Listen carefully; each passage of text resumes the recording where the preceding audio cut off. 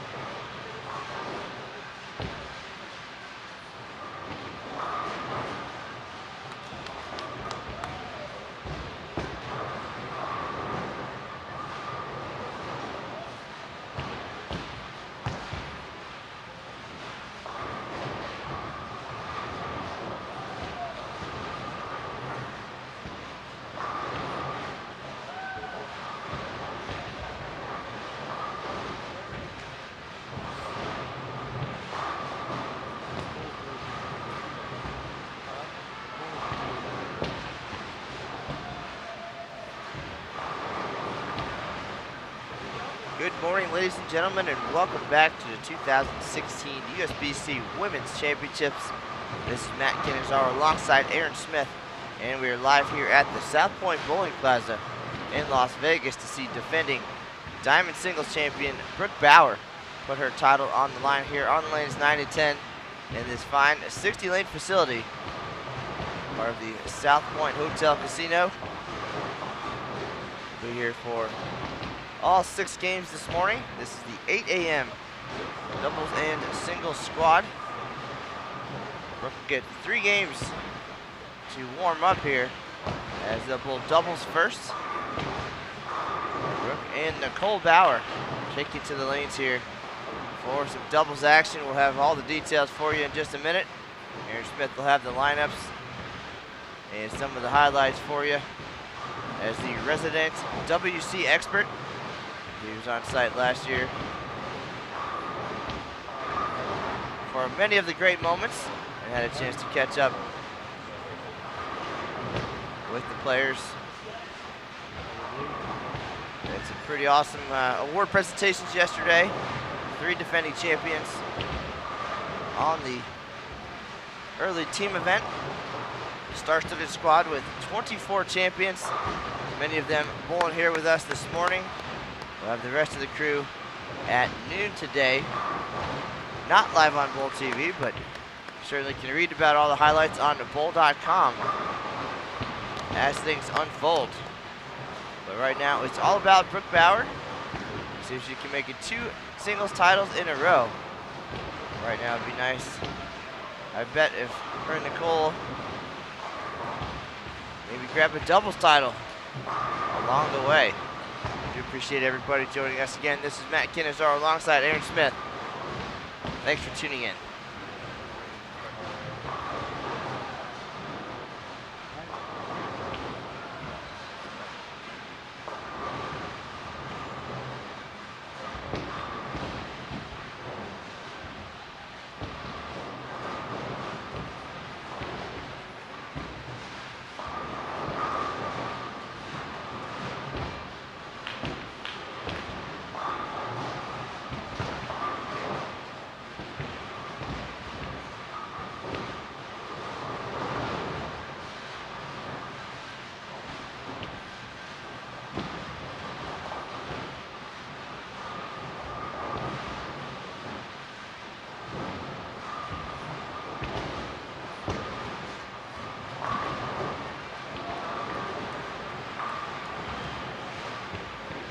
Today's live broadcast here on Bowl TV, part of our ongoing coverage of the 2016 USBC Open and Women's Championships. If you're curious about the rest of the live stream schedule, surely visit bowl.com/.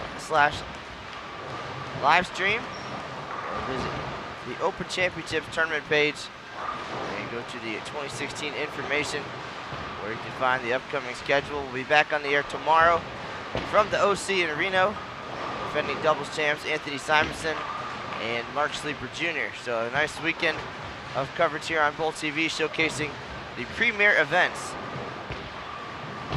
for USBC members.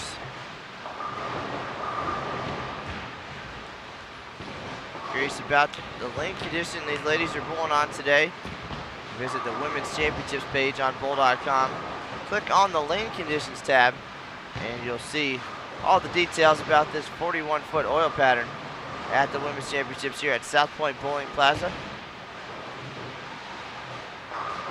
Nice colorful graph provided by our partners at Kegel to give you all the numbers and details. Just one pattern here at the Women's Championships. These ladies got a look at it yesterday in the team event. Back at it for 6 more games today, bright and early.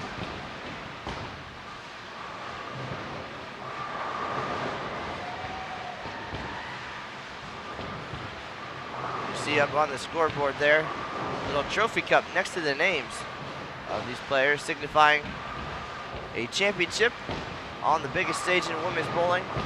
Brooke Bower, of course, earning hers last year in diamond singles.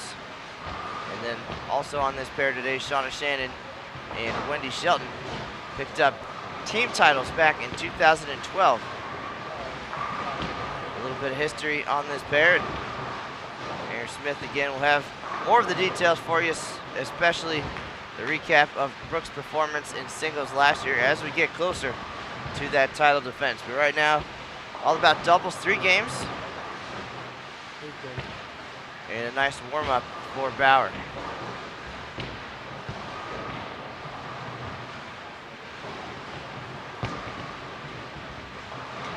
Aaron Smith's gonna sip on his wake-up juice a little bit and do some calisthenics and get things going and get the blood flowing a little bit. He's been working hard the last couple weeks with the USBC Senior Queens and the USBC Queens coming to Las Vegas, along with the PWBA season opening Las Vegas Open at the end of April. So it's been a pretty wild time here in the Sin City for women's bowling especially. Now kind of winding down.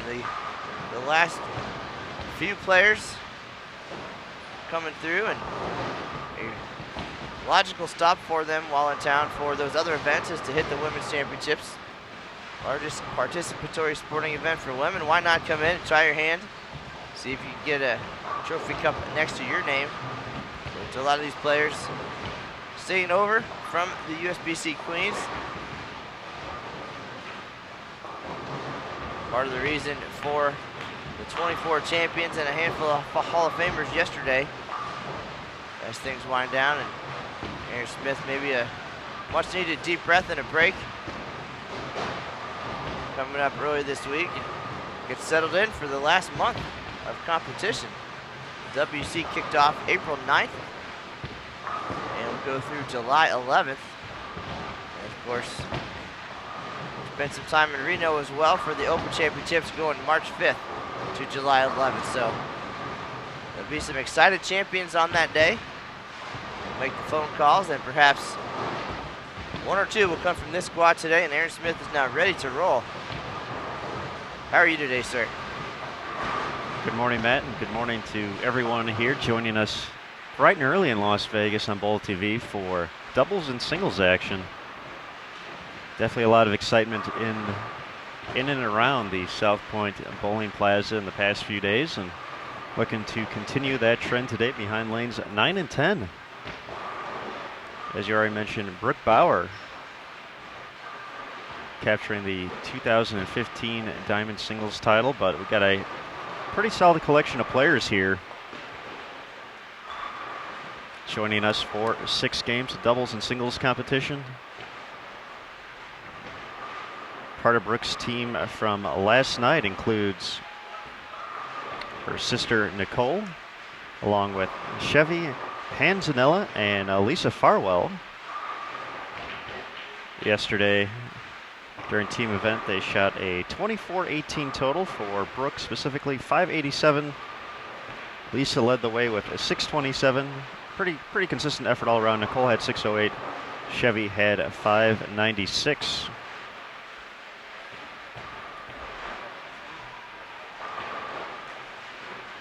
For Shauna Shannon and Wendy Shelton, part of the Some Strike It Hot crew. Shauna led the way with a 660 in their performance. Wendy had a 541.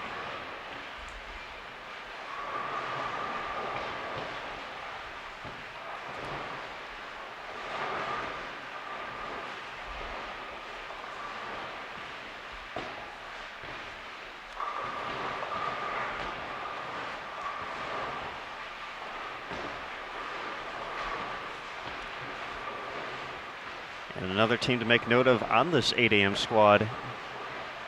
Two pairs to our right, we have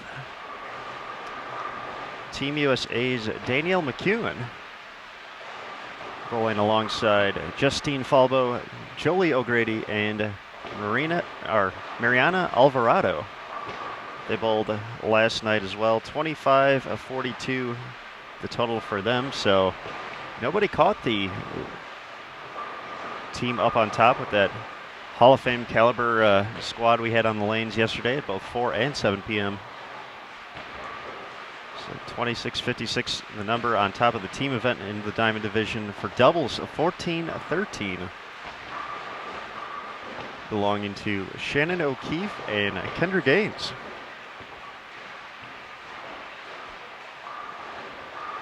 I'm not going to say ironically, but they did bowl on 9 and 10, so we'll see if big scores continue from this pair. Few opens here in the early going. Once again, these players got the opportunity to compete on this 41-foot pattern yesterday during the team event. They get to see it fresh again. For the folks bowling at noon, they're going to be on the burn, so they will get the leftovers from this squad.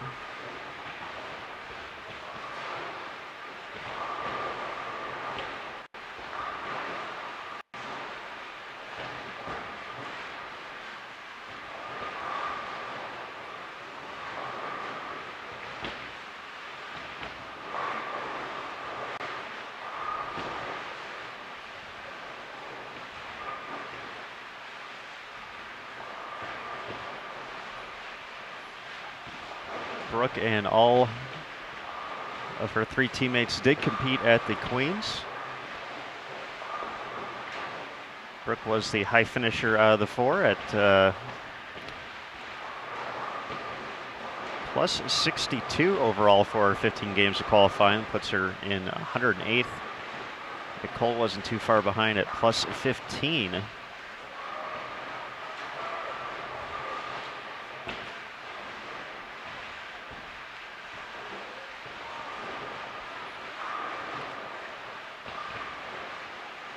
Both of them spending some time on the lanes collegiately.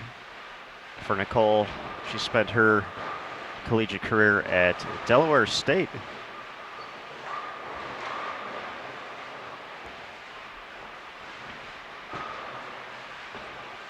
While Brooke made her way to Kutztown University, where she was a NTCA, that's National 10-Pin Coaches Association, honorable mention All-American in 2013 and 2014 season, so some collegiate success, and has translated that to the next level, competing here at the Women's Championships. Her performance last year, just her second appearance at the event, so certainly making an early impact in her career win, so a very bright future ahead.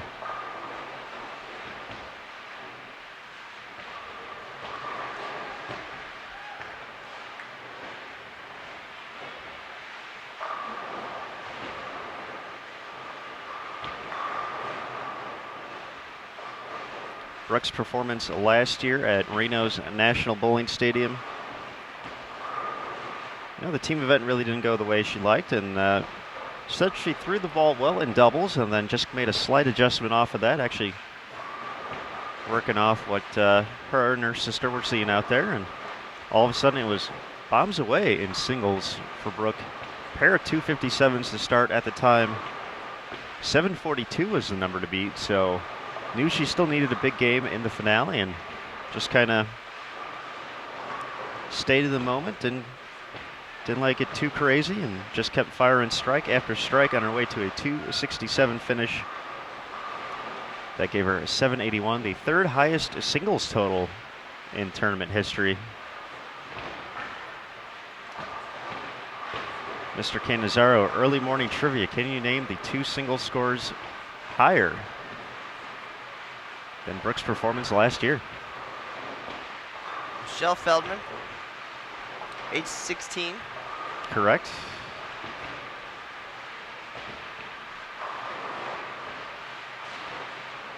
I was going to throw out another name. Obviously, if you're talking WC records, Jody Wessner's a good one. Jody, also a very good choice and had a very good year in El Paso, but belonged to someone else that year. Looks like it just hit you now. Nope. All right. Krishna Howard. There you go. Shots. 796. 792. I'm terrible at this WC trivia. Thousands of days spent at the Open Championships. I know way more about that event than any one person should, and I feel like I should have studied more coming here to the WC. It's okay. You didn't know there was a test coming, so it's like to keep you on your toes, see if you got your diet due this morning. Well, it's only fair. I do the same. There's always an opportunity to learn something when you walk in the office, and now here I am on your home field, so you win this round, sir. But I would expect nothing less. Aaron Smith, the world's #1 authority on the USBC Women's Championships. The ladies' man.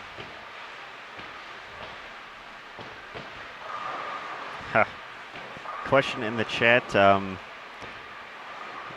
The format for doubles and singles being one after the other has been in place for a while, so that's going to change actually in 2017, so we'll have fresh oil for every squad. We'll also have some time changes as well, as Brooke delivers a double in the 5th and 6th. Looked like a ball change for her as well.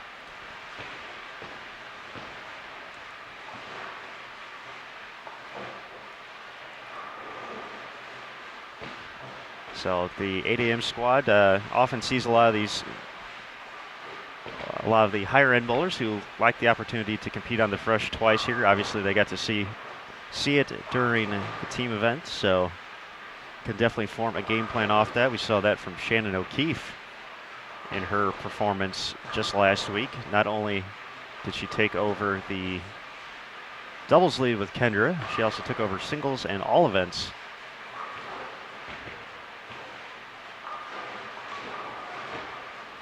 And once again, changes coming in 2017 when the tournament heads to Baton Rouge, Louisiana for the first time since 1993. Nice shot by Wendy Shelton. She's clean through 6 frames.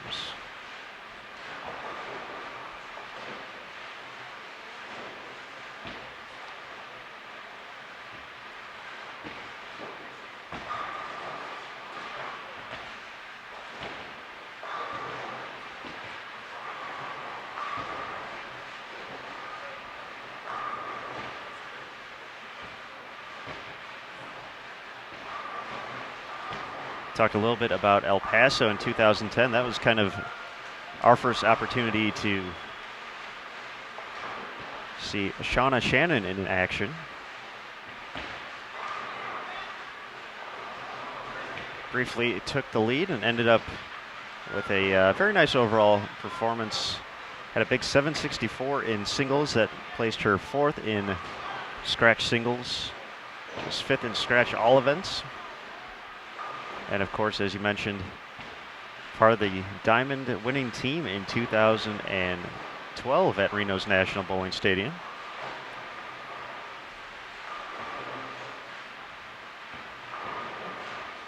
Two splits in the early going for her, however, here in game 1. They also were the runners-up in 2013. We saw that happen live on Bowl TV.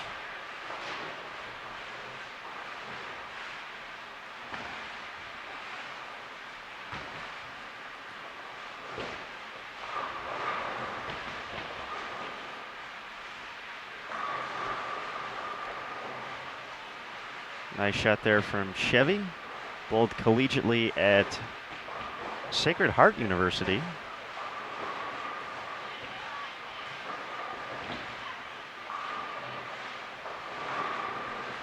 Finished up her collegiate bowling career in 2014.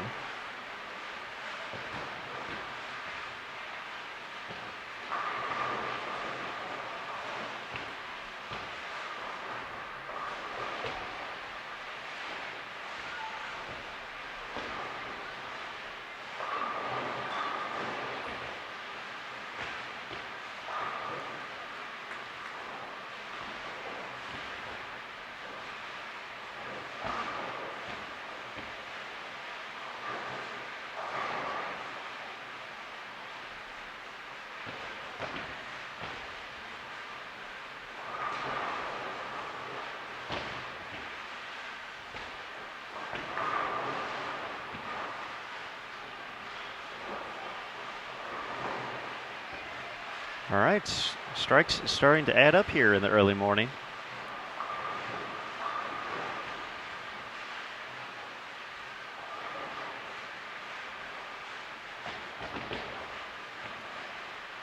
We got to see a nice doubles performance during our first broadcast from the 2016 Women's Championships here on Bowl TV, when Katie Garcia and Shannon Sellens made a run. Coming into that squad, if they would have shot that number, they'd be tied for the lead. However, once again, another star-studded squad out on the lanes and ended up moving into a tie for third when it was all said and done. Matching the effort put up by Anita Arnett and Brandy Sanderson just a day before, so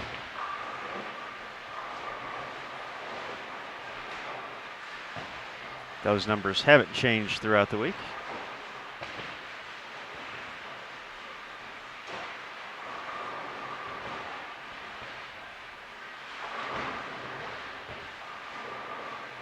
Samantha Kelly and Charlie Bolter briefly held the lead, 13-69. For Shannon and Kendra finished off their number, came out of the gates firing 5-11 in the opener. Shannon led the way with 7:52. Kendra added 6:61 to get to that 14-13 total.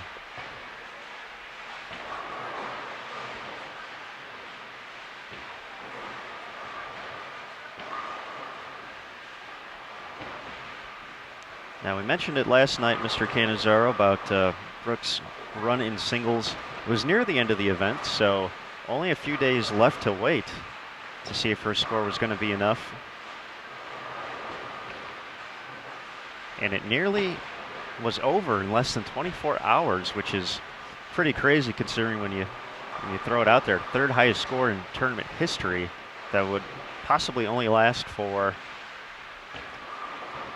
less than a day. The very next, or following day, Jennifer Asplin, who ended up winning Diamond all events and was actually on the lanes as well today. She'll be bowling her doubles and singles at noon today. But Jennifer started singles with 277 and 289, which not only put her in range to get all events, but very in range for the singles number. So Brooke had some folks who she knew in town who were actually at the bowling stadium and you know, all of a sudden she's getting texts about, hey, that monster score might not be enough. So how'd you like to get off an airplane and turn on your phone and see that plethora of messages? But fortunately for Brooke, she was able to hold on, and Jennifer did not go home empty-handed. So everybody won. Always nice to see. But in talking to Brooke after the performance, she was definitely nervous after she heard what was going on, and Jennifer ended up finishing second. Fell off a little bit that last game, finished with 185 for 751. But she still said, even you know, if that score would have been second, third, whatever would have happened, she was still extremely pleased with the performance and looking like she's lined up here. 5 in a row after a few early opens. Sign cruise control, good ball change. Letting her see the friction a little bit differently down lane, and get out of the gates with 237 here with 3 more strikes in the 10th.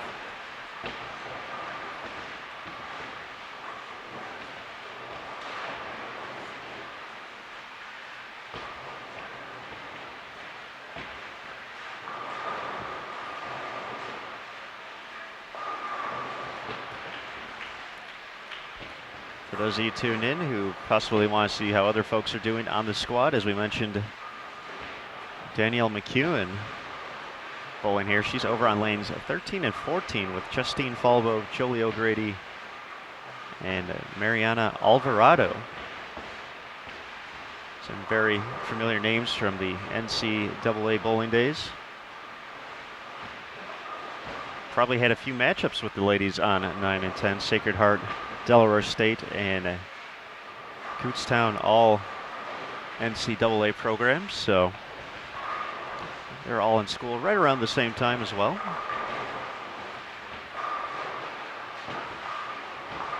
But to check out the live scoring, you can visit bowl.com/women's champ. And in the gray menu on the right, there is an opportunity to click on a link that says live scoring.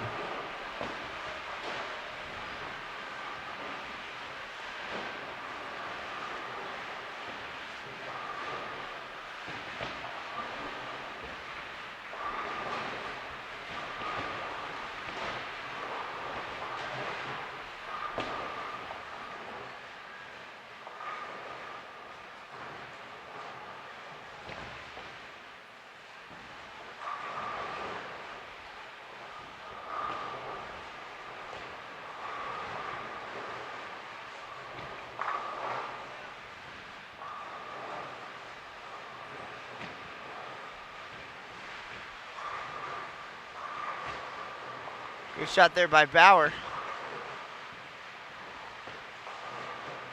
for the 6-bagger.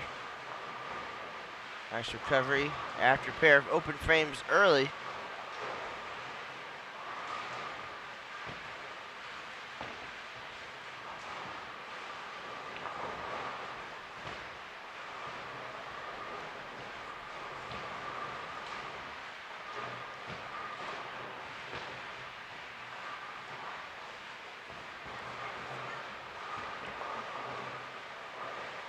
Again, the Diamond doubles lead right now, 14-13.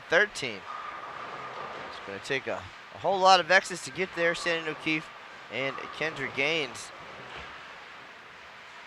2 very familiar names. Bower connects again. And her sister Nicole with the break there in the 10th. It's like the 8-pin going late for the double.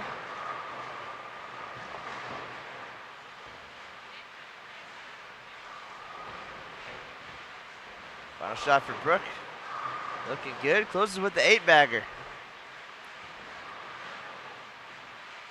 9-strike, 237 for the defending champ.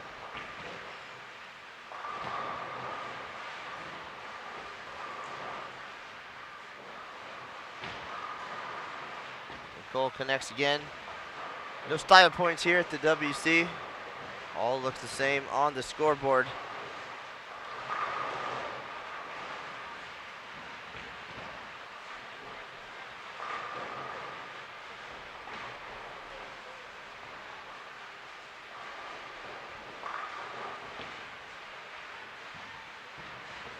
See if Nicole can tack on 10 more. For a pretty solid start here. First game of doubles. She gets 8 on the fill. 209.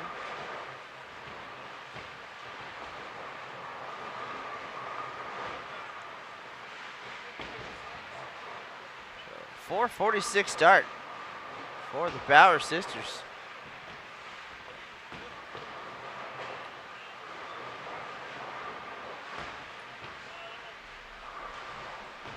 Perhaps a little bit of momentum going into game 2.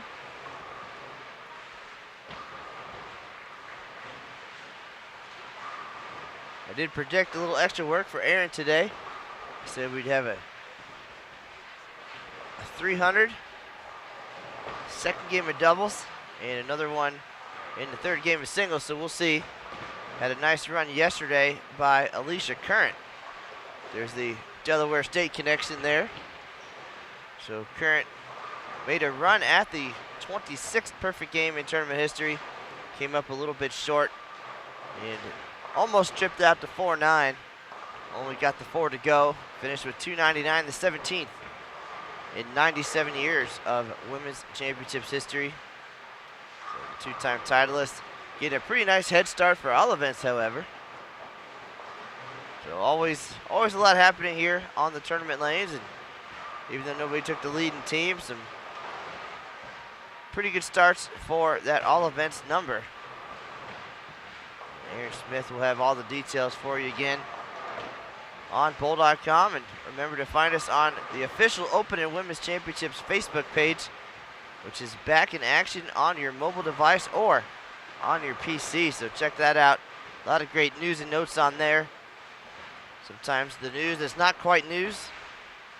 All little tidbits, behind the scenes, information, photos, videos, and a good place to have questions asked and answered. So check that out again, the official Open and Women's Championships Facebook page. You can also follow us on Twitter at USBC. Or if you want some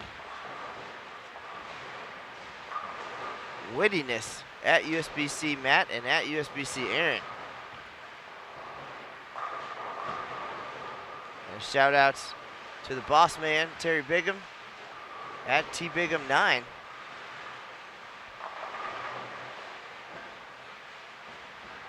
Terry, also a wealth of bowling knowledge and information. Joining us here at the WC this week after jumping in the trenches with us at the USBC Queens. So it's been a pretty wild time here in Las Vegas. Some terrific bowling action. We saw the USBC Queens conclude live on CBS Sports Network. Bernice Lim of Singapore becoming the 6th international player to claim that title. And then we'll have women's bowling front and center Tuesday nights in June. All the top PWBA action for your viewing pleasure. So remember to set your DVRs. Right now, it's all about Bowl TV. If you missed any of today's broadcast, you can join us in the archives on Bowl TV. A lot of great moments on there from over the years, and this will be no different. Today's broadcast will be archived there, so you can go back and enjoy it later. But right now, you're watching it live from lanes 9 and 10 here at the South Point Bowling Plaza. Good start in doubles for the Bower sisters, 446, as they try to make their way to that 14-13 leading number. Shannon O'Keefe and Kendrick Gaines.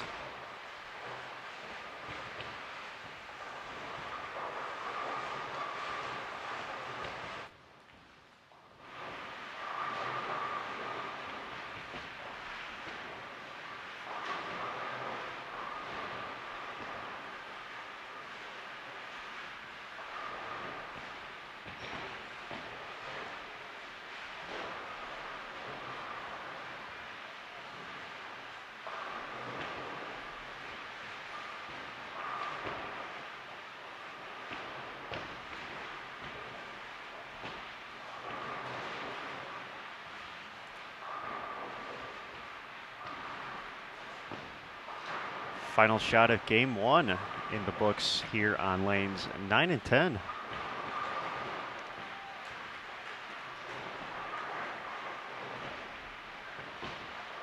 As Matt mentioned, Brooke and Nicole Bower off to the early head start to chase down that number 14-13 with 4:46. Lisa Farwell and Chevy Panzanella at 3:80. Wendy Shelton and Shauna Shannon at 3:97. One of our other pairs that we're keeping an eye on today, Justine Falbo and Mariana Alvarado. They're at 4:24 after one. 2:34 for Falbo, 1:80 for Alvarado.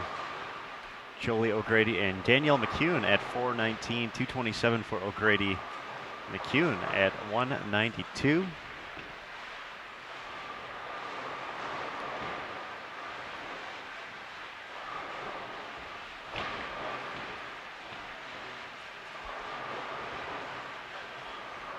We'll be keeping an eye on these numbers as well for all events when it's all said and done. Shannon O'Keefe also leading the way in that event. 21-29.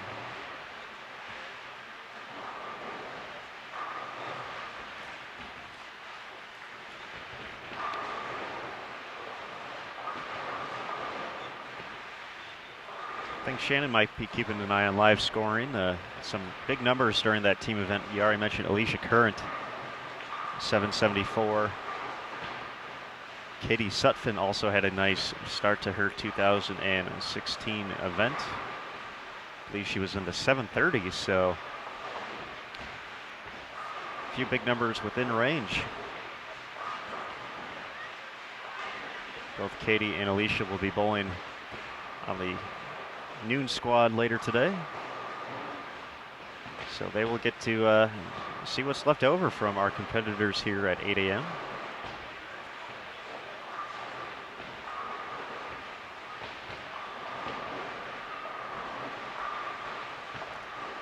Now, Matt, we talked a lot about Brooke and Nicole and the collegiate experience, but their bowling roots go much deeper.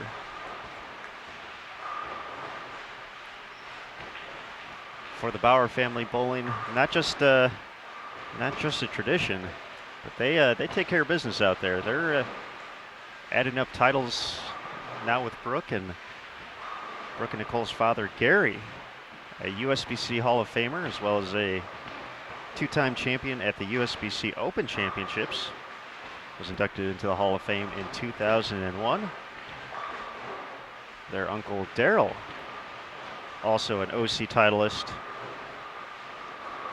and a PBA title holder.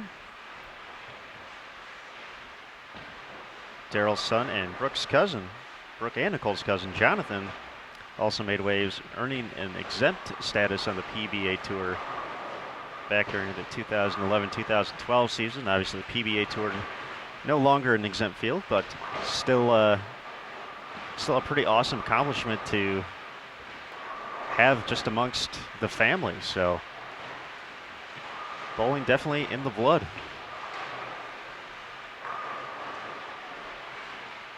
Pretty nice thing to share.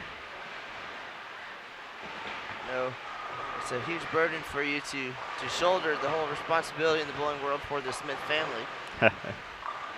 That's true. It's daunting from time to time, but perhaps the family support, obviously a big factor in the continued success. And nice to have that special trophy on the mantle.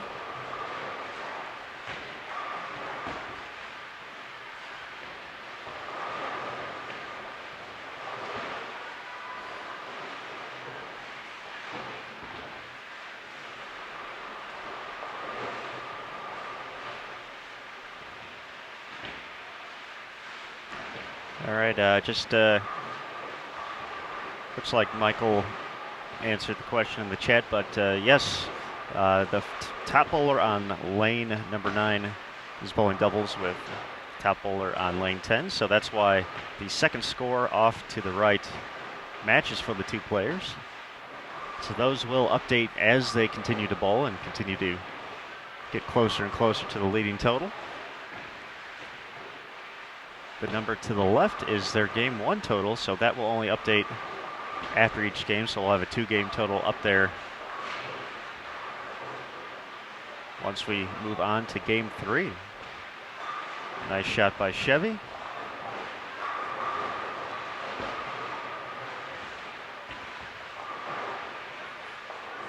Here in the early going to game 2.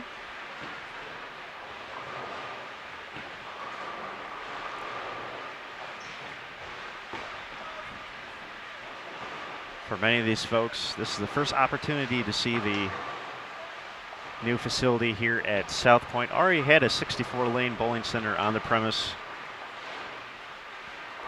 but the 60-lane bowling plaza introduced in late 2014. The $35 million project has come together nicely, and we wouldn't have it any other way. Ladies first, it's the rule. So certainly excited that the first major USBC championship event is the Women's Championships. So hashtag Ladies Bowl Vegas. Truer words have never been spoken, especially this year. We had Queens and Senior Queens, the PWBA Las Vegas Open, all within the past few weeks. It's definitely been an exciting time to be in Las Vegas. Just as a bowling fan, getting to experience it all.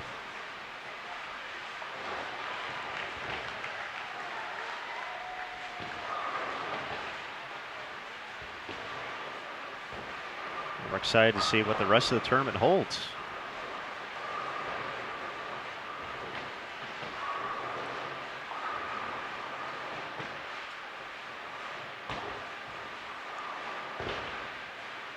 Here's an interesting fact of the day for you, Mr. Smith. It appears that this weekend is the 100th Indianapolis 500. The Women's Championships history almost as long. This is the 97th event, so number 100 right around the corner. Next year, the WC and the USBC Mixed make their return to Baton Rouge for the first time since 1993. That'll be tournament number 98.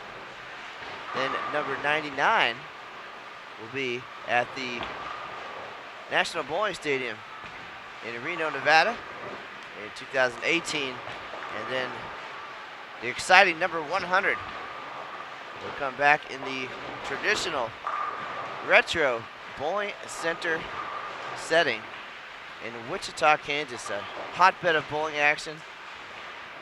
The collegiate events held there this year, and of course the upcoming PWBA Wichita Open next week. So it all ties together somehow. Pretty unbelievable history for all of these events and organizations. But keep an eye on the future cities and start planning your trips now. But there'll be a pretty cool celebration in Wichita in 2019. And I know Aaron was just a child back in 2003 when the Open Championship celebrated 100 years. But early in my bowling career there as an adult, pretty neat to see the 100 years of history celebrated inside the venue, kind of a walking timeline. Wait a second, you've been adulting since at least 2003? I've been at this a little while. Yeah. Holy cow. I know it. Made my debut at age 20 back in 1999. And have participated every year since. But that one especially in Knoxville, just seeing all the great memorabilia and photos and things that they had to celebrate the milestone. Pretty cool, so we'll expect to see something similar in Wichita in 2019. But yes, for those bowling fans out there, the Open Championships with a history greater than the Indianapolis 500, the World Series, and the Rose Bowl. So all these great events, and the bowlers were doing their thing as early as 1901. WC kicking off in 1916 and going strong.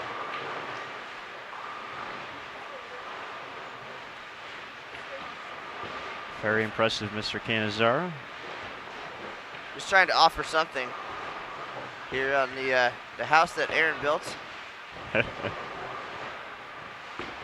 I think Goodness. between the two of us, I think we have a pretty good handle on these two premier bowling events for USBC members. Open to all adult USBC ladies here at the WC. And if you bring your guys along, the USBC Mixed, a terrific opportunity to compete. Definitely a lot of excitement about the mixed. The team event taking place at 7 p.m. here at the Bowling Plaza. It's actually on the low end of the house here, and the team event for the women's championships is on the high side of the house. So entries still open for that. You can actually sign up the day of if you happen to be in town, got some bowling equipment, and are ready to bowl. Just need to show up. Rules say 45 minutes, but the more time you can give, certainly the better. And then we have doubles and singles taking place at the 64-lane bowling center on site. So you can check bowl.com/mix to see all the times for doubles and singles. They actually don't have any doubles and single squads on Saturday. So nothing going on at the bowling center except just leagues and whatever the center usually has going on Saturdays. But for the mixed team, they don't run on Friday nights. So every other day of the week, 7 p.m., you can sign up and get your mixed action on. Well, we did see one of bowling's most recognizable husbands find some success at the USBC Mix recently. And there's a questionnaire on your desk, Mr. Smith, from that gentleman whose wife made some noise while here in Las Vegas. So I figured he'd get in on the action too. Would we call him Mr. Shannon O'Keefe? That'd be Brian O'Keefe, good friend of ours. And of course, one of bowling's power couples, if you will. The O'Keefes doing some cool things at McKendree University. But also still doing their thing on the lane. So Brian teamed up with another familiar name, Mike Fagan, the king of swing. Shannon Sellens and Marsha Klompkin take over the Division I mixed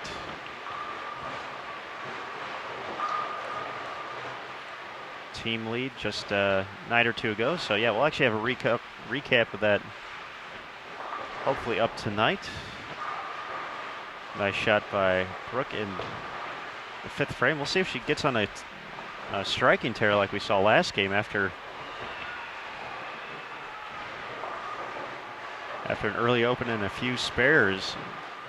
Finished off about the last 7 or so to get to that 237. See if she can have that same momentum in hopes of her and Nicole making a run at doubles.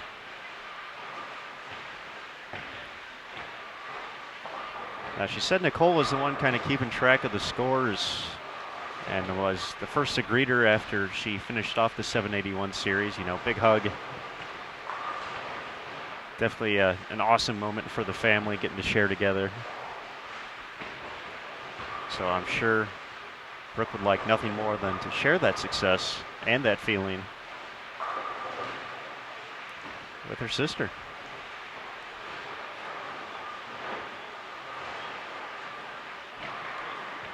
We had a pair of world famous sisters in here yesterday. See them on the lanes, I would guess at the noon squad by process of elimination. Kathy Doran Lizzie and Carolyn Doran Ballard. If there's women's bowling involved, you're probably going to see one or both of them there. Always a pleasure. They too have found continued success here on the biggest stage in women's bowling.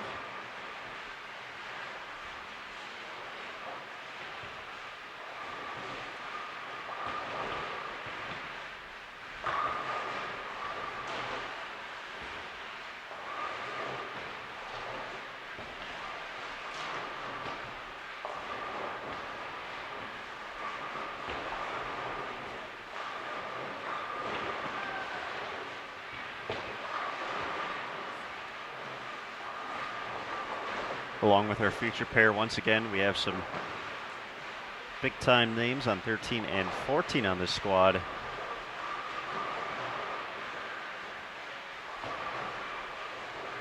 Justine Falbo and Mariana Alvarado making the most noise out of the group. Looking to put together a strong game number 2. We're running 260 and 280 through 7. Both of them have spares to shoot in frame 8, though. We're at 414 after 1.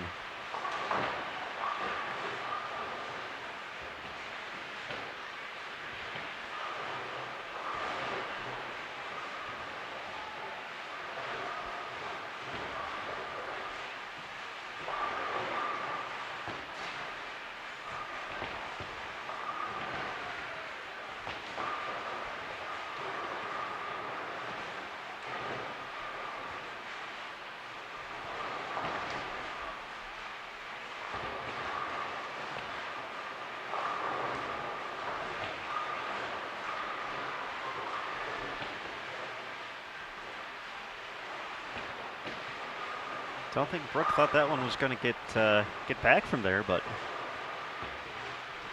it motored. Make it 3 in a row.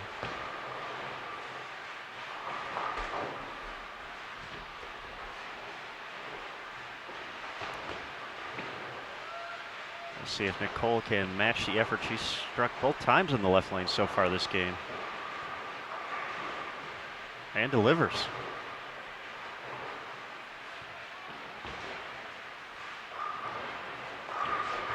Now, Matt, I'm not fortunate enough to have a brother or someone, in the family to bowl against. So I know you and your brother Casey, both pretty good bowlers. I don't know who would claim to be the better Canizaro on the lanes, but probably a little bit of sibling rivalry going on to see if they can push one another to the top of the standings. Well, I've certainly been in that boat as well. And I think Casey was on his way to being the better bowler and kind of went off track a little bit, so I stuck with it and found my way in the bowling industry. I do believe we bowled head-to-head in the title match for an event one time, and as you might imagine, I missed a spare to allow him to win the title. So did you just say to allow him to win the title? Well, the miscue allowed him to beat me, yes, and it was not intentional. Some may have thought so at the time. What a good brother, and absolutely not. I did everything in my power, and well, you've known me long enough and heard enough of my agonizing defeats. Most of them. The punchline is Matt missed a spare. So a couple of very expensive opportunities there, and that's why I sit back here, currently retired, with the headset on, watching the great bowlers do what they do. But if I was going to put it out there, yes, we definitely pushed each other. We were 3 years apart. So I was kind of ahead of the game a little bit there and stuck with it. And if he tried again, I imagine he, once again, would be the better one on the lane, so we'll see. But the motivation certainly helped, kept me going. And you mentioned the sibling thing, and on this pair, Shauna Shannon, part of that 2012 team, with her sister, Marcia. And, of course, their dad, Mark Van Meter, former Team USA member. Great success as well. And always supportive, always on site. He's here right now, right in front of the booth. Keeping an eye on things. And always nice to be able to share that with your family, as you mentioned.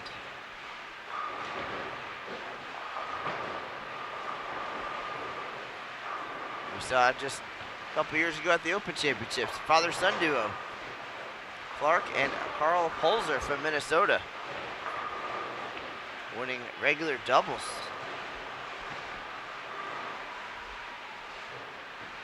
Yeah, family definitely a big part of not only the sport, but both here at the women's as well as the Open Championships. So, especially here at the women's, we get to see a lot of generational gaps, if you will. 3 generation, even from time to time 4 generation teams bowling together. So it's definitely awesome how the sport can bring the family together.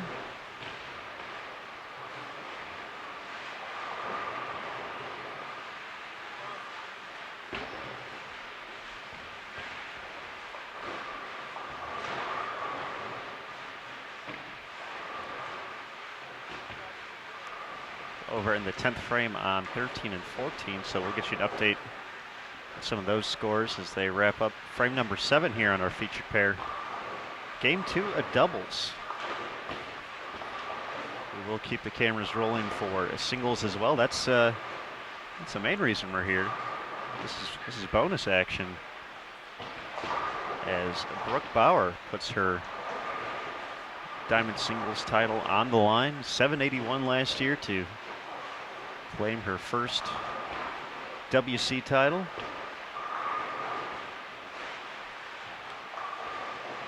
Mr. Smith, my prediction already wrong. No strings of strikes here in game 2. Way to go, Matt. You got too specific. You could have gone vague and just said, it's going to happen. It's really going to happen. You had to get fancy. Just trying to be Mastradamus here. Make sure you had a little something to work on while I was traveling back to Reno today.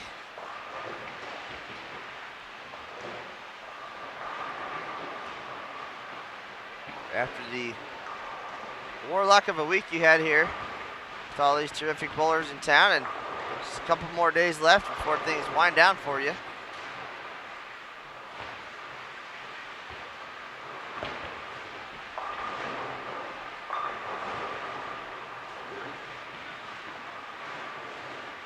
Yes, all the help certainly has been appreciated, and big thanks as well to Emil Williams Jr. and Jason Thomas for all their help during the week at the Senior Queens as well as the Queens, along with you and Terrence J. Bigham. T. Bigham puts the T in team. USBC Director of Communications. It's a team effort back here, just like it's a team effort out on the lanes. So if you appreciate our performance here on Bowl TV, on bowl.com, on social media, let Terry Bigham know. And if you don't, well, if you have nothing nice to say, just kidding, folks.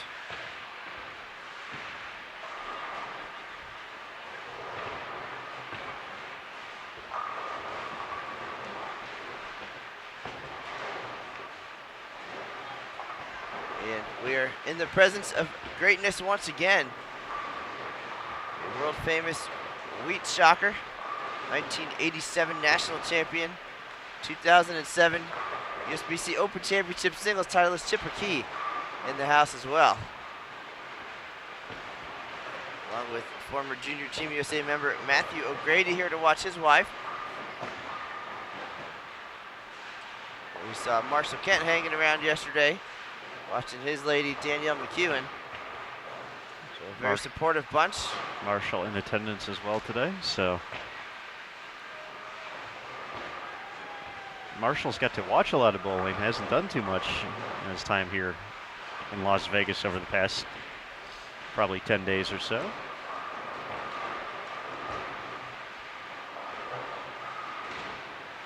Of course, Marshall and Danielle winning USBC team trials earlier this year, so they'll get to compete in the World Cup in Shanghai. Is that right? Shanghai, China, and potentially one or both of us could be headed that way as well to bring that to you live on Bowl TV. We will see. That would be in October, I believe. So a lot happening between now and then. Of course, the PWBA Tour rolls on. The Open and Women's Championships both going.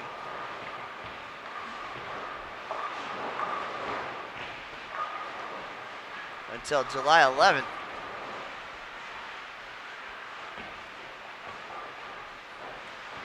We'll head off to Junior Gold.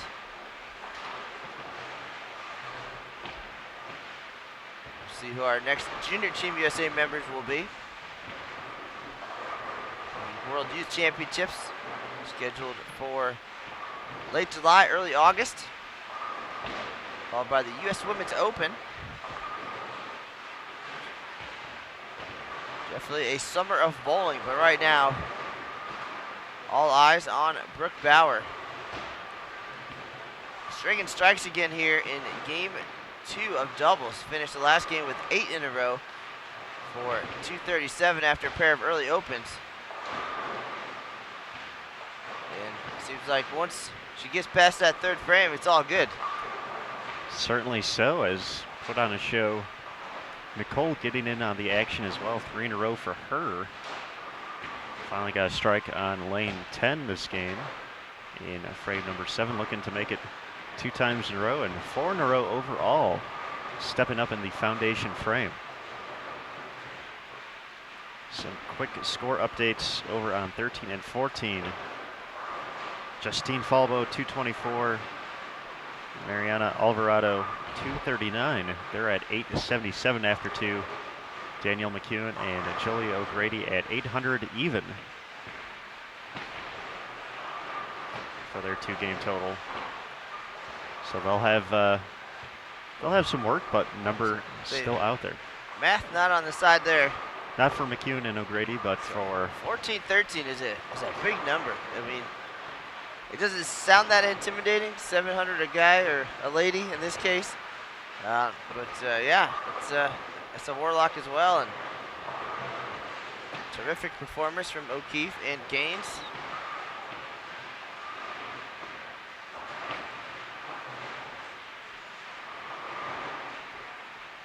Now they'll nervously wait. They're the last wave of, at least on the radar, Diamond Division participants, but I would classify Brooke Bower perhaps last year as a little bit under the radar.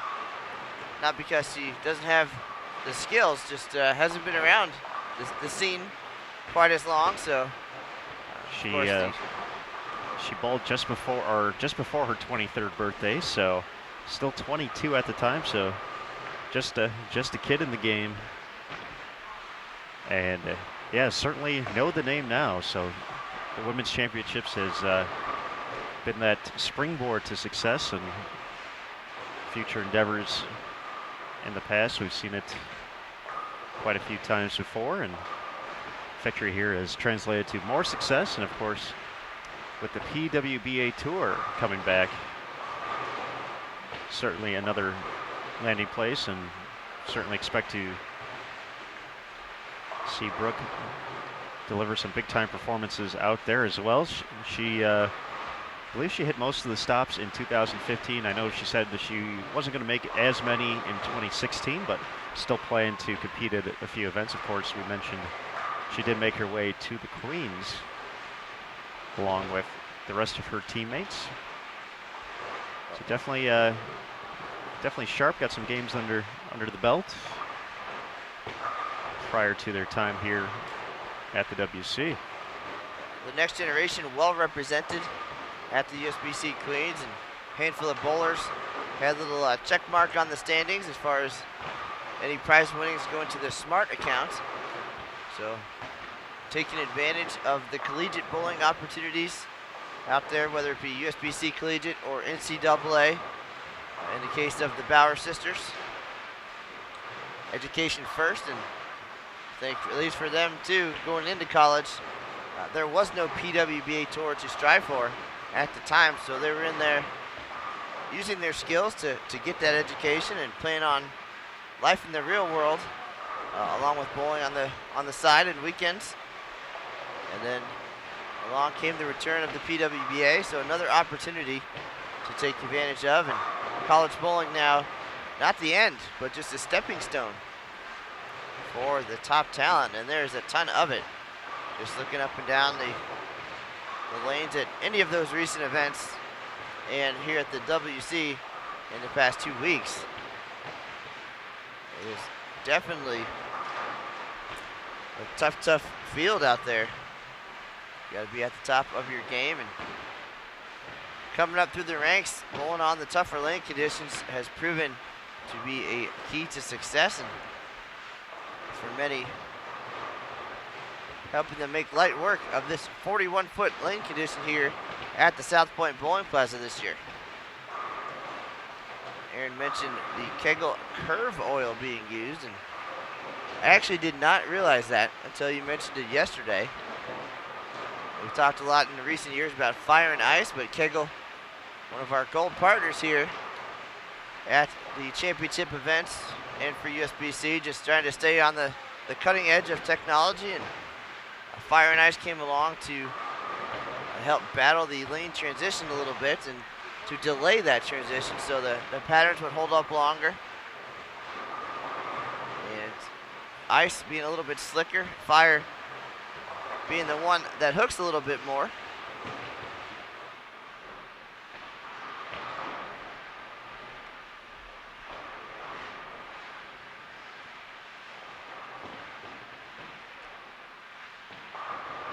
Certainly a big thanks to Kegel for their continued support of not only big events here like the USBC Women's and Open Championships, but short duration events as well.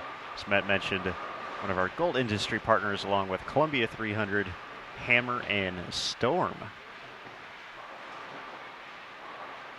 Another consistent performance from the Bower sisters, 218 for Nicole, 213 for Brooke. They'll be at 877. So they're a big game 3 away from making a run here.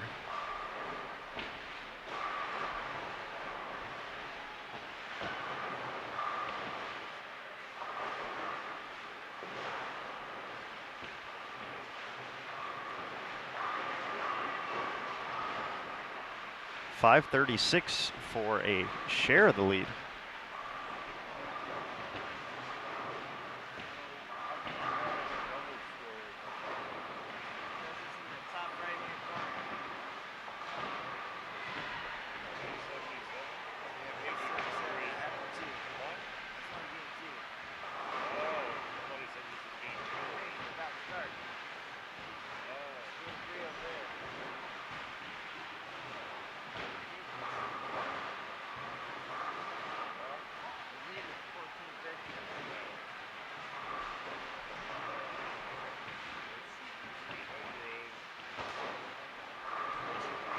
Chevy Panzanella putting together a nice game here after 174 in the opener. Can get to 226 and get back to even with a strike on her fill ball. Lisa Farwell looking pretty good in game 2. Delivers another strike, 4 in a row. She can get to 228.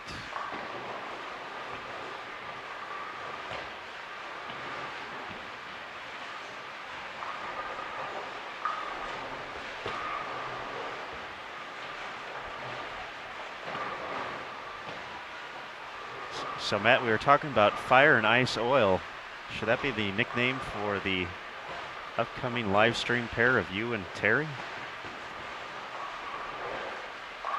Well, I think if we're to go with clever team names here, I think Dumb and Dumber might fit a little bit better, but either way.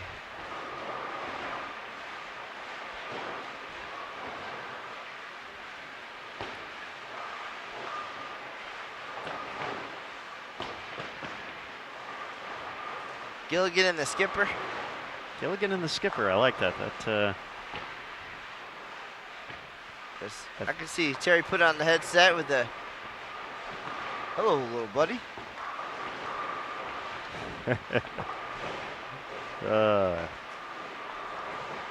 Terry's got the calculator out now, crunching some numbers to see what the Bower sisters need to do to get to that 14-13. Yep. It's going to take some work for sure. It's still definitely out there. 5:36, but that's a big effort. That's some 270 plus action right there. Some big 260 games, but they both look pretty comfortable.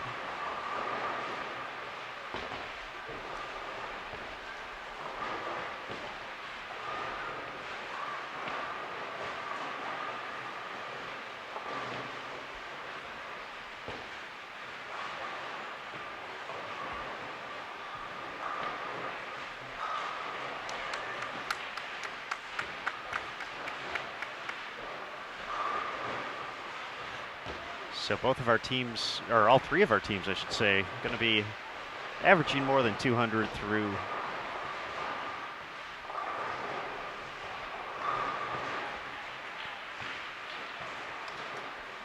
two games here. So all above 800. You can see that number adding up to the right.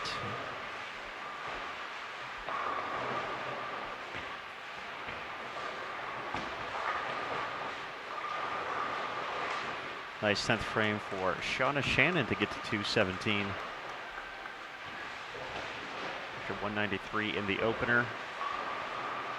Wendy Shelton, 204. She's got a pair of 204s. So 408 after two. Pretty consistent effort by two of the members of our 2012 Diamond Team champions.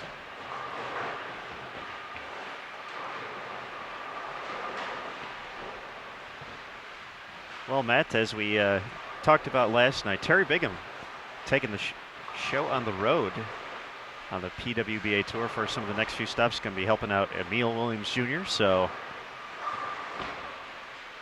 just so everyone can get familiar with the smooth and overwhelming tones of Terry Bigham, we're going to let him sneak on for a little bit here. So I'm going to step away for game 3. But I'm sure you will be able to lead Terry in this great journey of his as he becomes the most popular member of the communications department.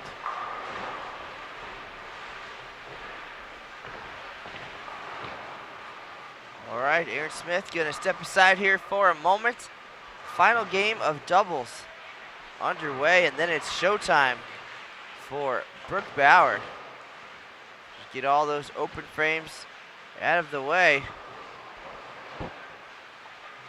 See if we can have some magic here at South Point Bowling Plaza in 2016. Couple pairs over. Falbo, Alvarado, McEwen, and O'Grady. Rolling along halfway through game 3. We'll have the final score there for you as soon as they're done. Everybody else just kind of getting started in game number 3. And now we welcome to the booth the USBC Director of Communications and the PR Director of Morale, Doom.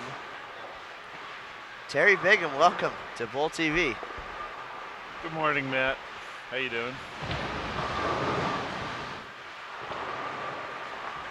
Doing all right, sir. Thanks for joining us here at the Women's Championships and getting a chance to see what we do on the road and get to see some of the top players in the game.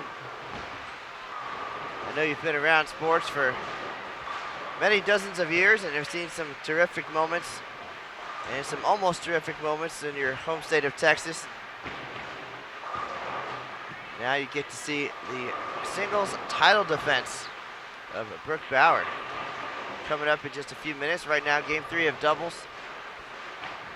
So you want to share with the folks at home a little bit about your WC experience here the last couple of days, along with being knee-deep in the trenches there at the USBC Queens and 4 TV shows for the PWBA. First time we've done something like that.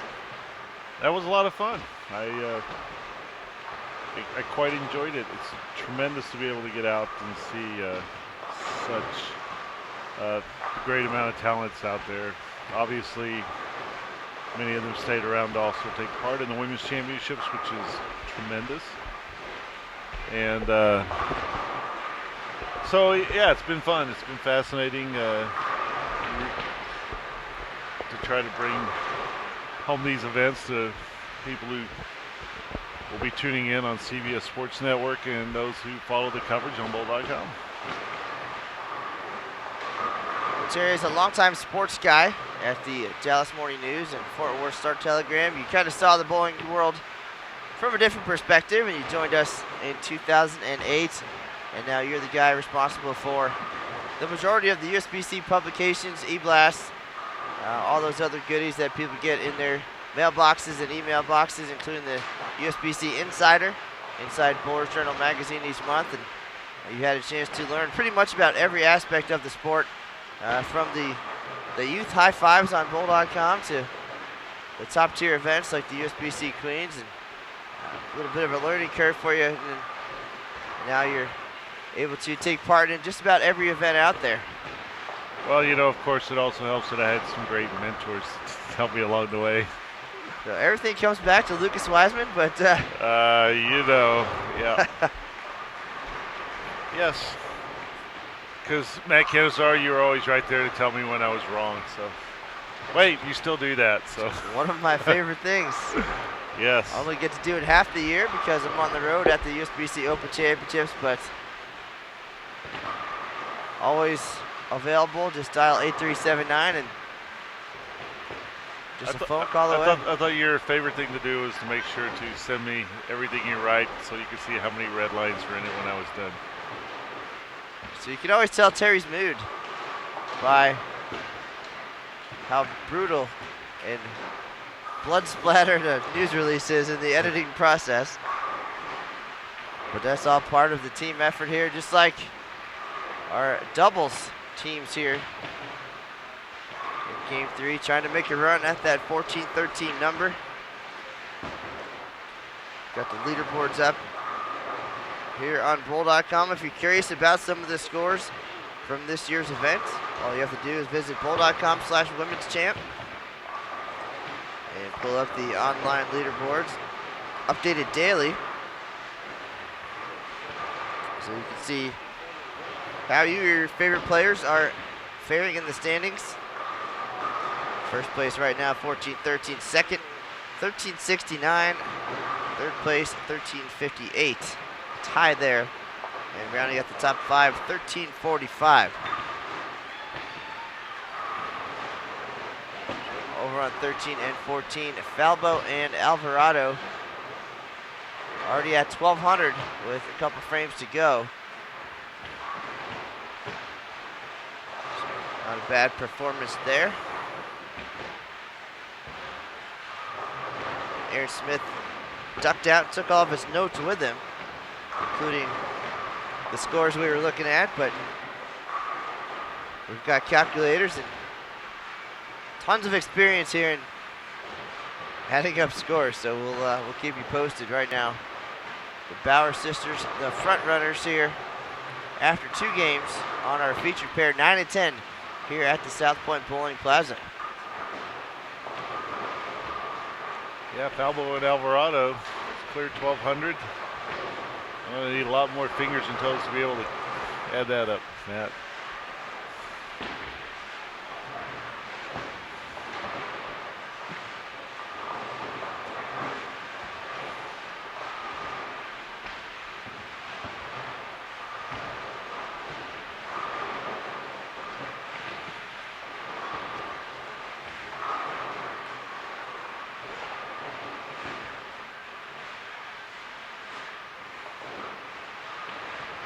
Our top players we've seen here in Las Vegas over the past week for the Queens. They get a few days off, as well as Terry before they head off to Wichita for the PWBA Wichita Open.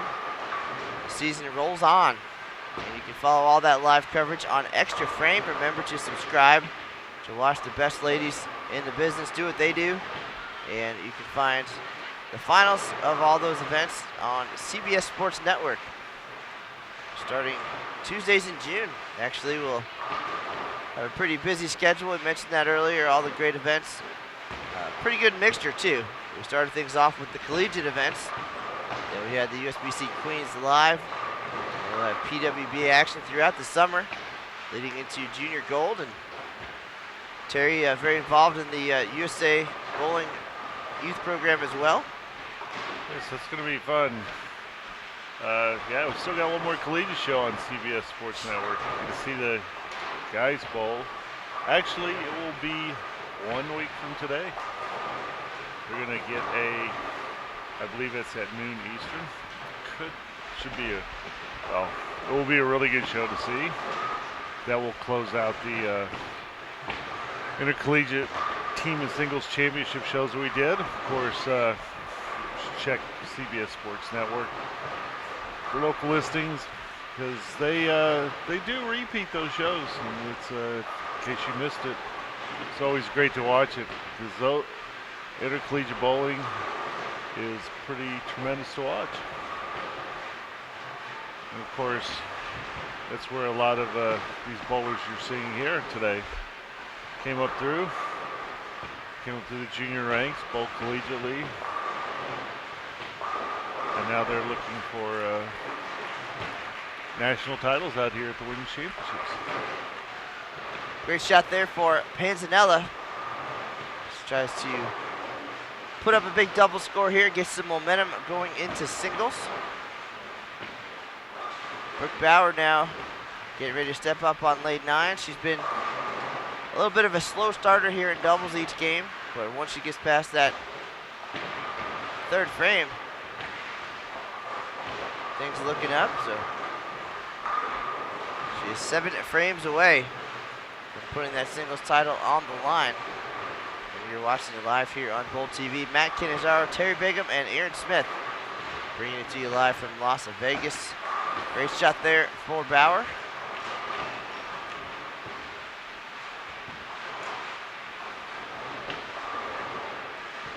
Her and her sister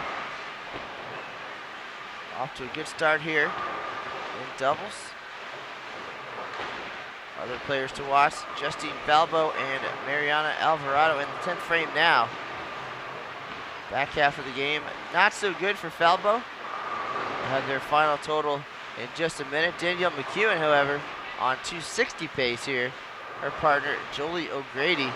There's an NCAA collegiate connection there as well, as they work their way up through the ranks. The stepping stone that college bowling now is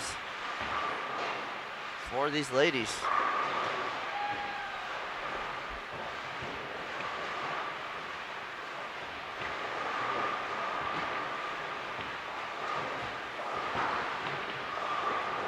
Appreciate everybody joining us, giving us part of your Saturday morning here on Bowl TV. We'll be back on the air tomorrow from the National Bowling Stadium in Reno, Nevada. Another youngster, Anthony Simonson, recently became the youngest player in history to win a major title on the PBA Tour. Took home the USBC Masters title, the coveted crown. Pretty challenging event there. 3 days of qualifying, double elimination match play. Bowled a lot of games to get to that title at 19 years old. Yes, he's a fine young man, Anthony. Of course, we've known about him since we were in Texas, since he was a very young lad. I remember him bowling a pair of 300 games on the same day.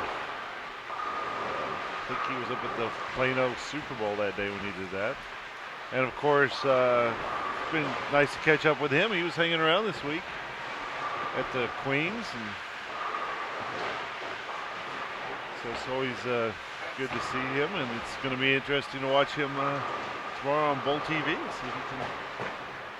I know Terry will be tuned in. I hope the rest of you will too. And if you missed that broadcast, because it is the weekend, I won't be mad at you. If you want to watch the Indianapolis 500 and all the other great sports things happening in the world. It is Memorial Day weekend. It is a good weekend for getting out there, relaxing, and remembering, and all that good stuff. But if you have a minute for Bowl TV, we'll appreciate it.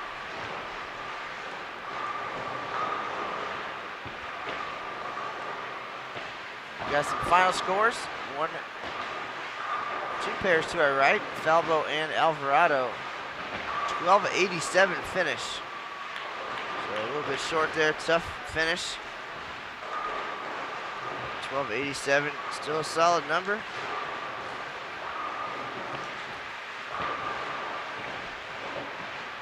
just outside the top 10.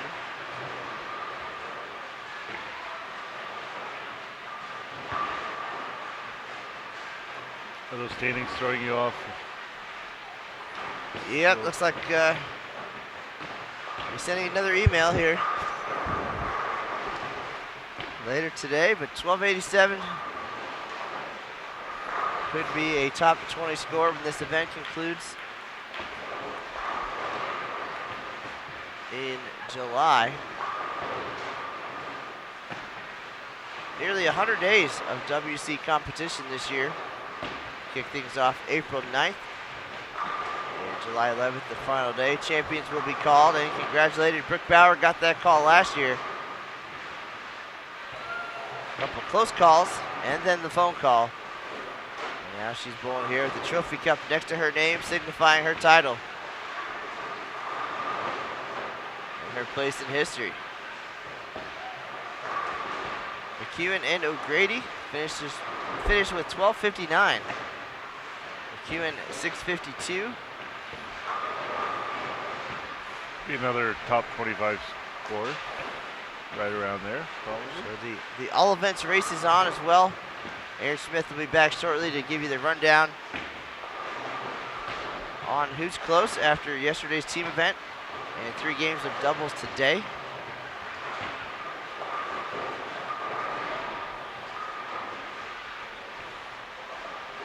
I think Aaron Smith went to take a quick nap. Certainly had a busy couple of weeks here. He's been quite a busy young lad between the senior queens, and the big names coming in to the arena here, leading into the queens.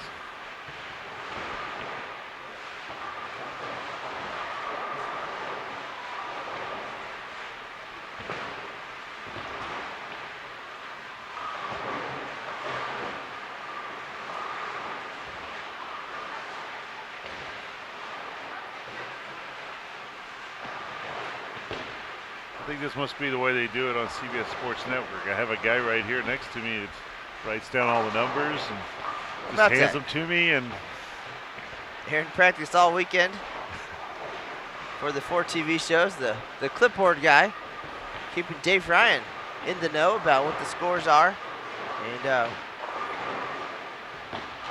all the fast-breaking details. Really helpful. Really helpful. helpful. Right-hand guy. What'd you got for you? Well, he was just sharing with us Danielle and Jolie's score, and Justine and Mariana. Well, but I think we were way ahead of him on that one. But I'm sure he needs to do it because he'll be obviously checking out every week. He does a recap of what happened during the week of the Women's Championships. And I'm sure that information could be a part of that next week.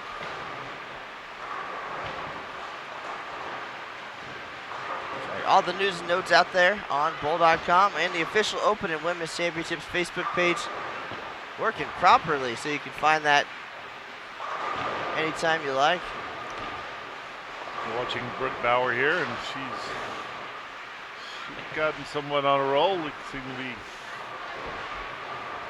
gearing up for her title defense.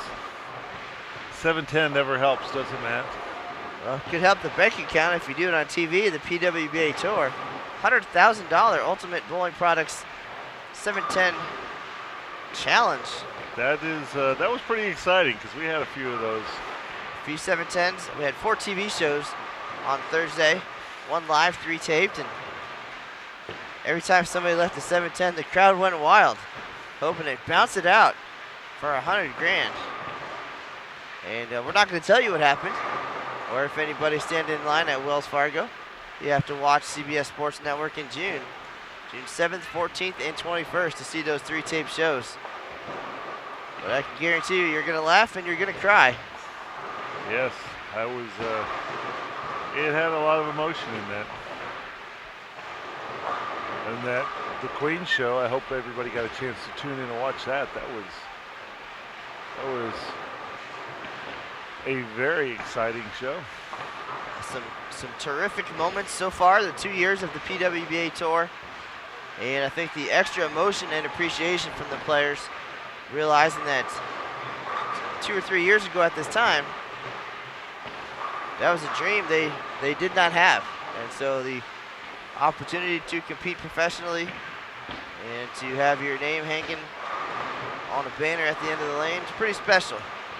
And we've seen in the support both in the industry and the bowling fans coming out for those events, and of course the players doing absolutely everything they can to keep that going and give the next generation a future for the sport, a chance to compete on the PWBA Tour. And we have a lot of great sponsors and supporters here at the Women's Championships as well. Our gold partners, Columbia 300, Hammer, Kegel, and Storm. We talked a little bit about Kegel's role in keeping these lanes oiled up for the ladies here in 2016. 41-foot lane condition.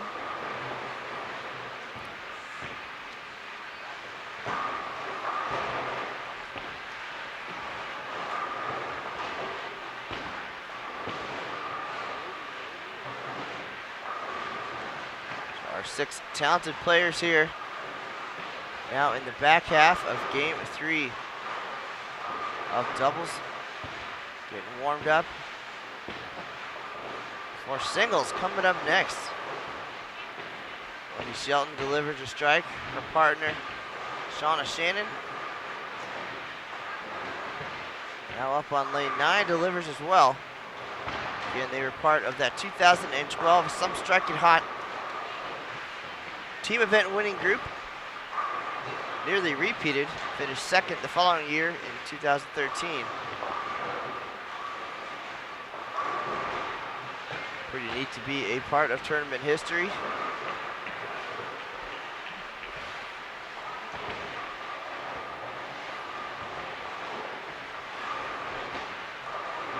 Aaron Smith getting a picture of the booth here. Obviously Matt holding up, showing him he's number 1. Of course, I had to show that I'm number 2 on this broadcast.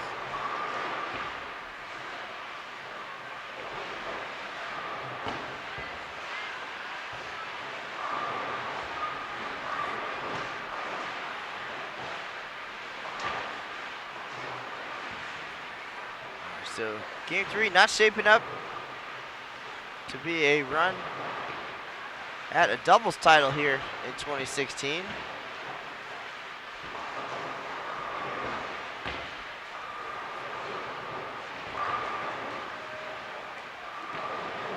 Big finish. He still put up a pretty solid score here. The duo of Nicole and Brooke Bower.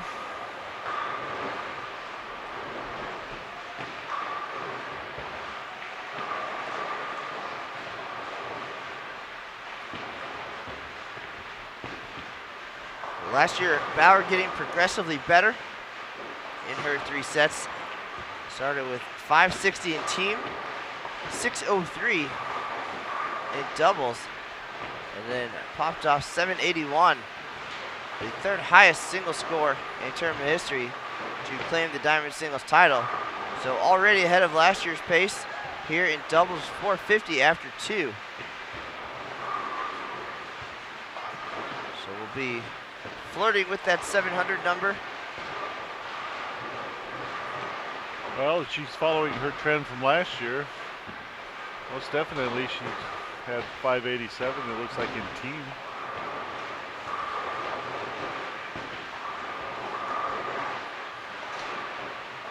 This year's leading single score, 746. Shannon O'Keefe. What a year for her so far. After ending last season with an agonizing defeat at the U.S. Women's Open, use that as motivation. They call her Mama Bearcat, as one of the coaches at the McKendree University bowling program. Yeah, she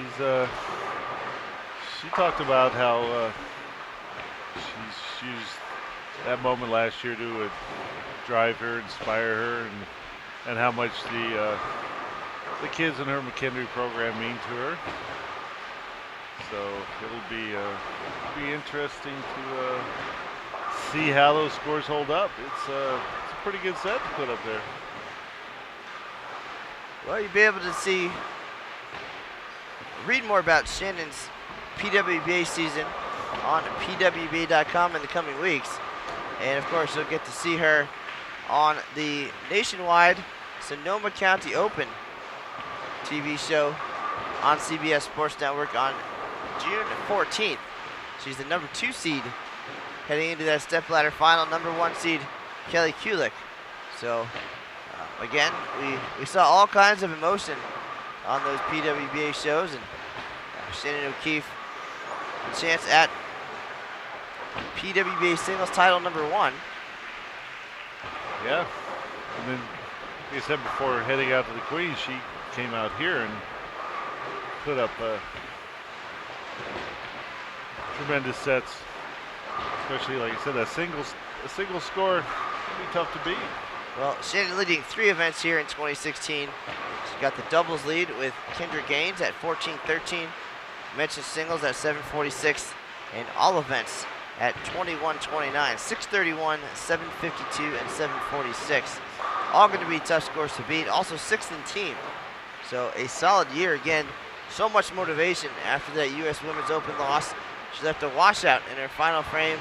Liz Johnson stepped up and does what Liz does as a Hall of Famer, and was able to snap her off on the way to Player of the Year honors. So a very motivated O'Keefe making moves here in 2016. And now we're making moves to the last couple of frames here of doubles, and then it's time for the Brooke Bower show. Singles title defense coming up in just a few minutes. So you said 21-29 all events. When was the last time you shot 21-29 for all events? It's been a couple years, and definitely not on the challenging lane conditions we see at the USBC Open or Women's Championships, unless you add the first 5 games of the next year. So I believe my best all events performance in a local event was around the 2250 range, but conditions far different, and the stage not quite as big. But I did have the front 7 last year in El Paso until Aaron Smith came out with his camera and ruined my life. Is that the jinx that we hear so much about? We do hear that a lot. Everyone blames us when they don't shoot that 300. Didn't you ruined one last night, didn't you? I did, and I don't want to say if I've ever been threatened, but when you're out there with the camera and things don't go well, of course it's your fault, and then if they do go well, then within a couple hours you probably get an email and say, can you send me that footage? Can I get that on DVD, or where can I watch that? Exactly, because if you didn't have it on video, I did have one earlier this year. Does it not count if it's not on video? I don't know.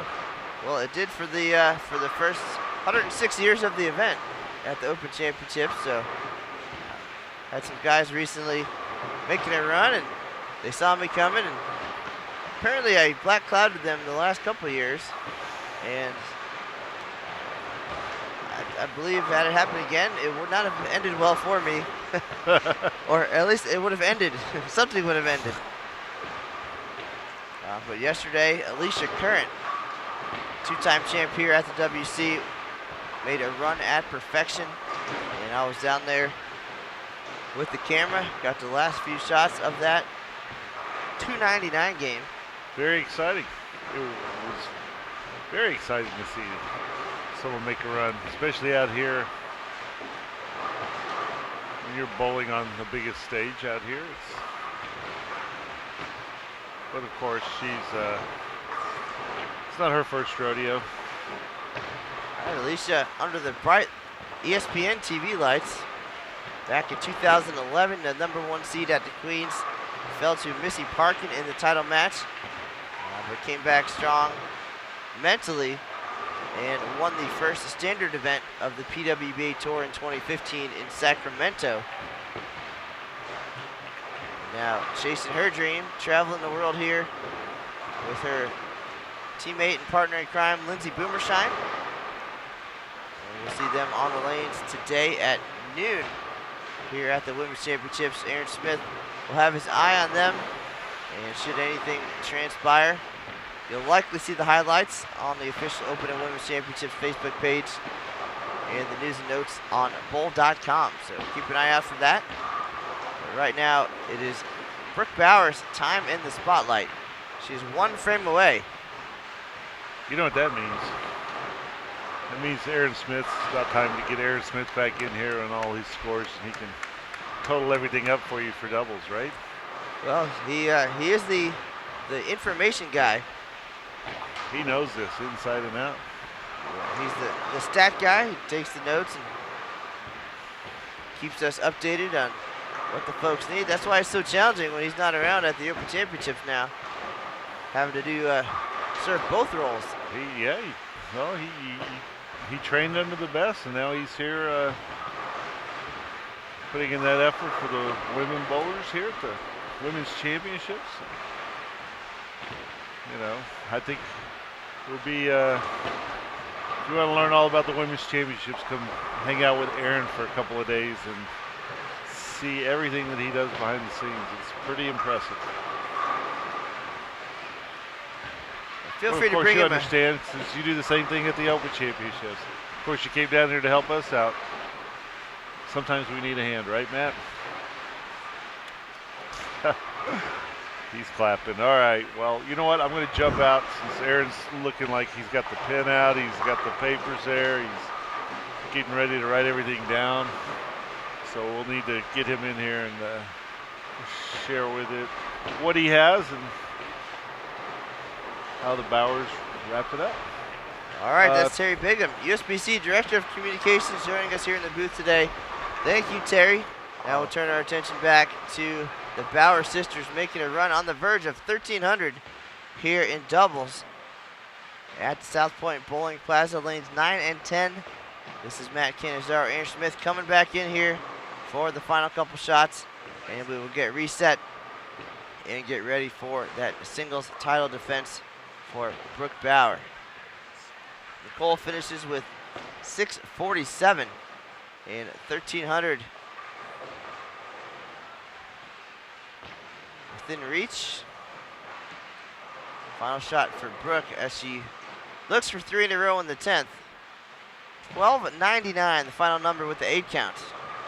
So that also is going to be a top 15 score so far here in 2016, with a little over a month left here at this year's event.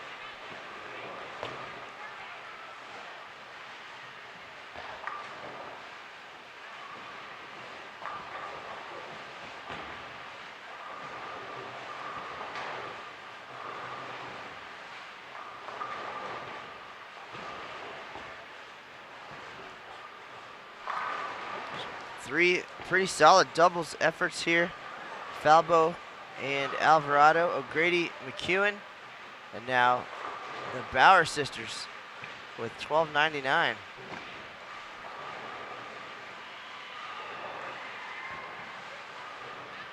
That was just the warm-up round for Brooke. So it's time to mentally reset. Get back in that mindset from 2015, where she rolled 781 to get that little trophy cup next to her name here on the scoreboard.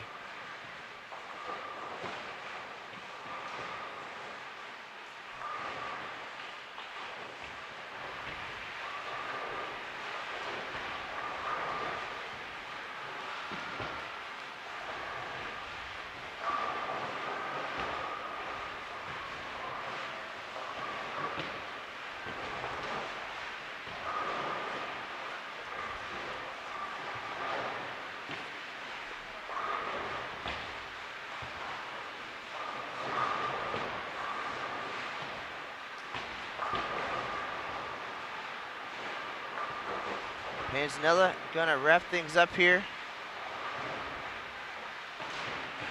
Lisa Farwell had 620. Panzanella 621 and 1241. Another solid effort.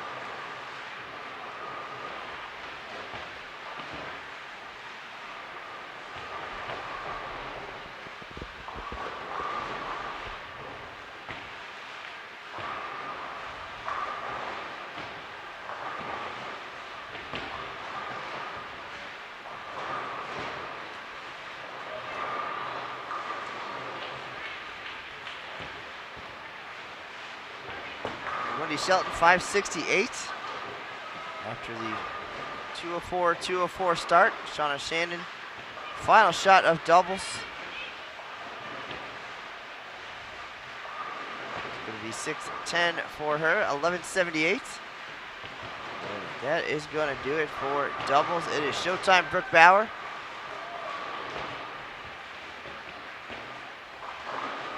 She's got the one diamond singles trophy on the mantle, coffee table, wherever it may be. Be nice to have one to balance it out on the other side. And you're going to watch it happen live here on Bowl TV. Thanks for tuning in. Brooke Bower, 2015 Diamond Singles Champ. Title on the line now. This is Matt Canizaro alongside the knowledgeable Aaron Smith.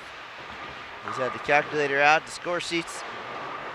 Any updates you can provide for us as we get settled in for the title defense?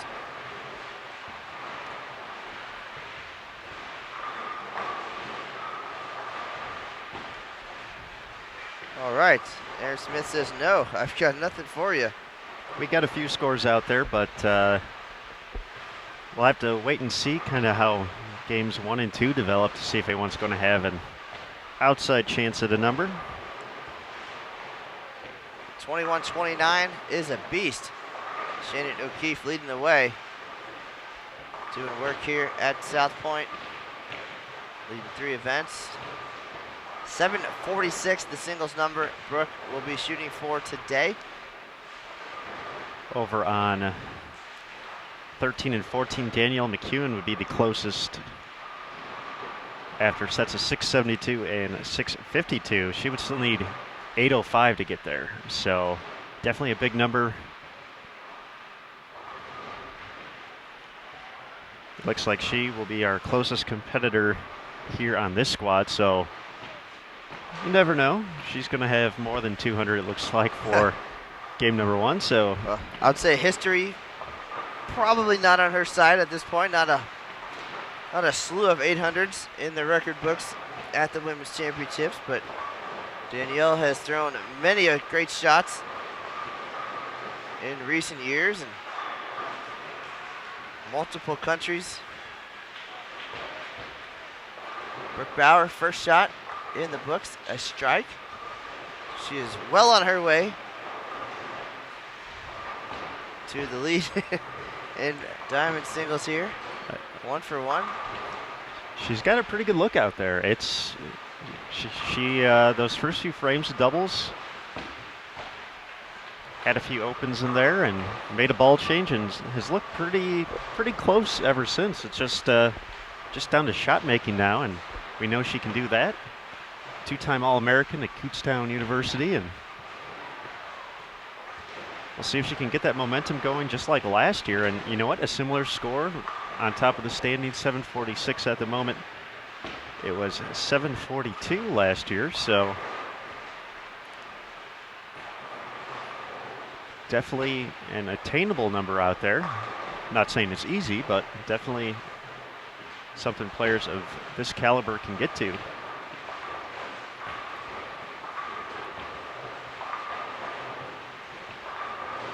Of course, we'll also give you updates on 13 and 14 and anywhere else across the house if anyone else is making a run.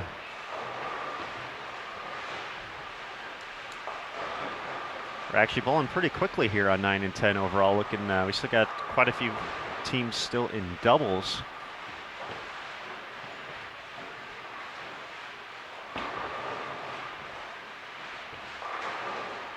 Big thanks to USBC Director of Communications, Terry Bigham, for stepping in. Let me drink my coffee for a little bit and getting a little more airtime.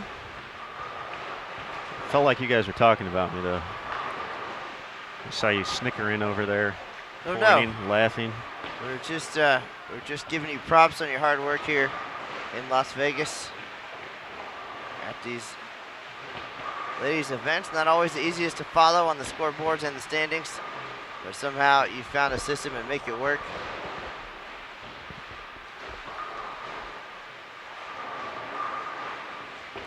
It's all good things.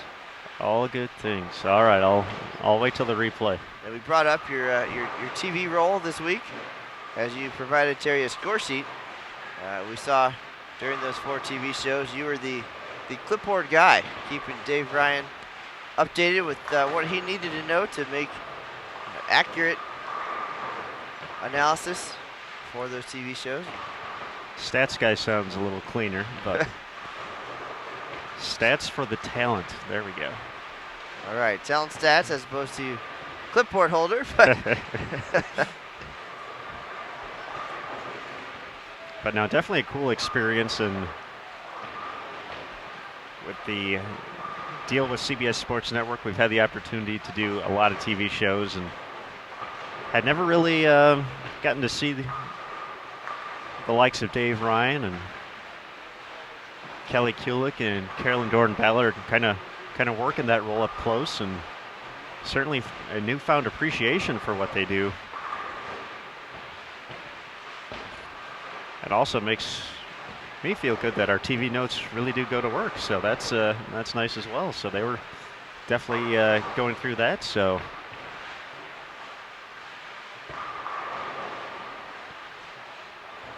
another fun, exciting behind-the-scenes thing is getting to find out more about the players and getting to provide bios and get to hear about all their accomplishments throughout the years.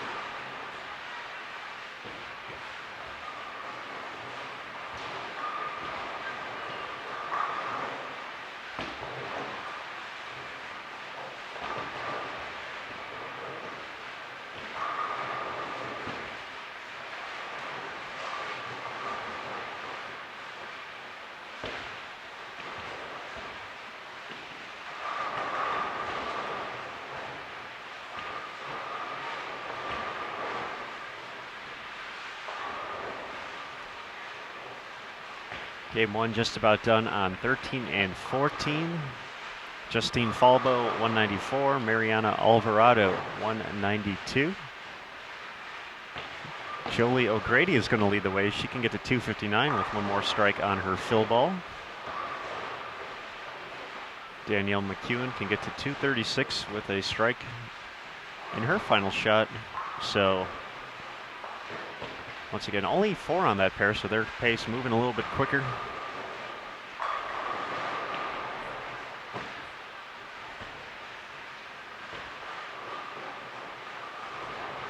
outside opportunity for Danielle to get to the all events number. Needs 8:05 in singles, so that would give her 2 leads. And trouble for Brooke in frame 3, the 4-6-7.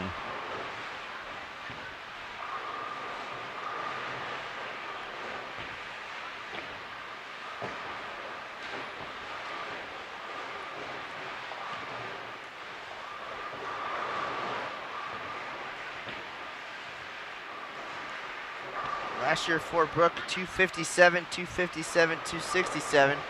So she's on pace through 3 frames.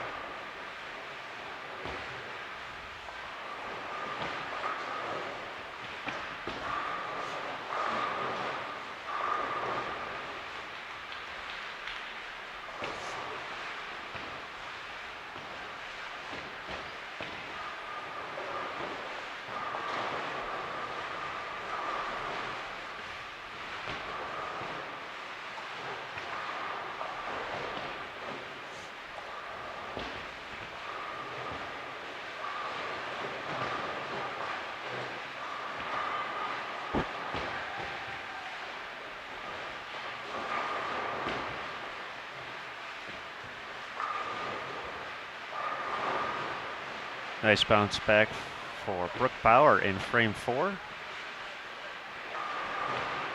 After leaving the 4-6-7 in frame 3.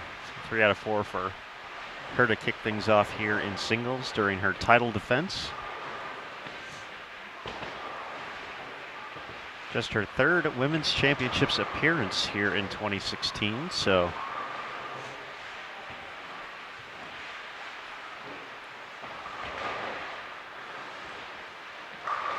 wouldn't be surprised to see her add a few more titles to her resume before it's all said and done.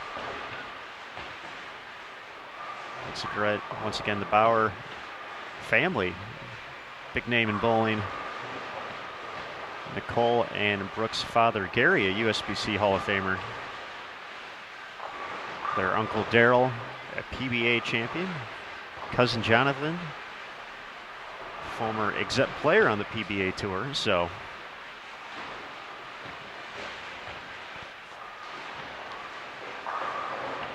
I could imagine that'd be a pretty formidable team at an event like the Open Championships.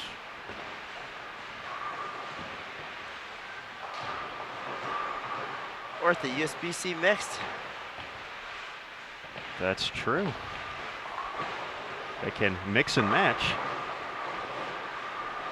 Bower sisters, Gary and Daryl. Pretty fun day at the office, huh? I would think so. Story writes itself. All they gotta do is go out there and put up the numbers.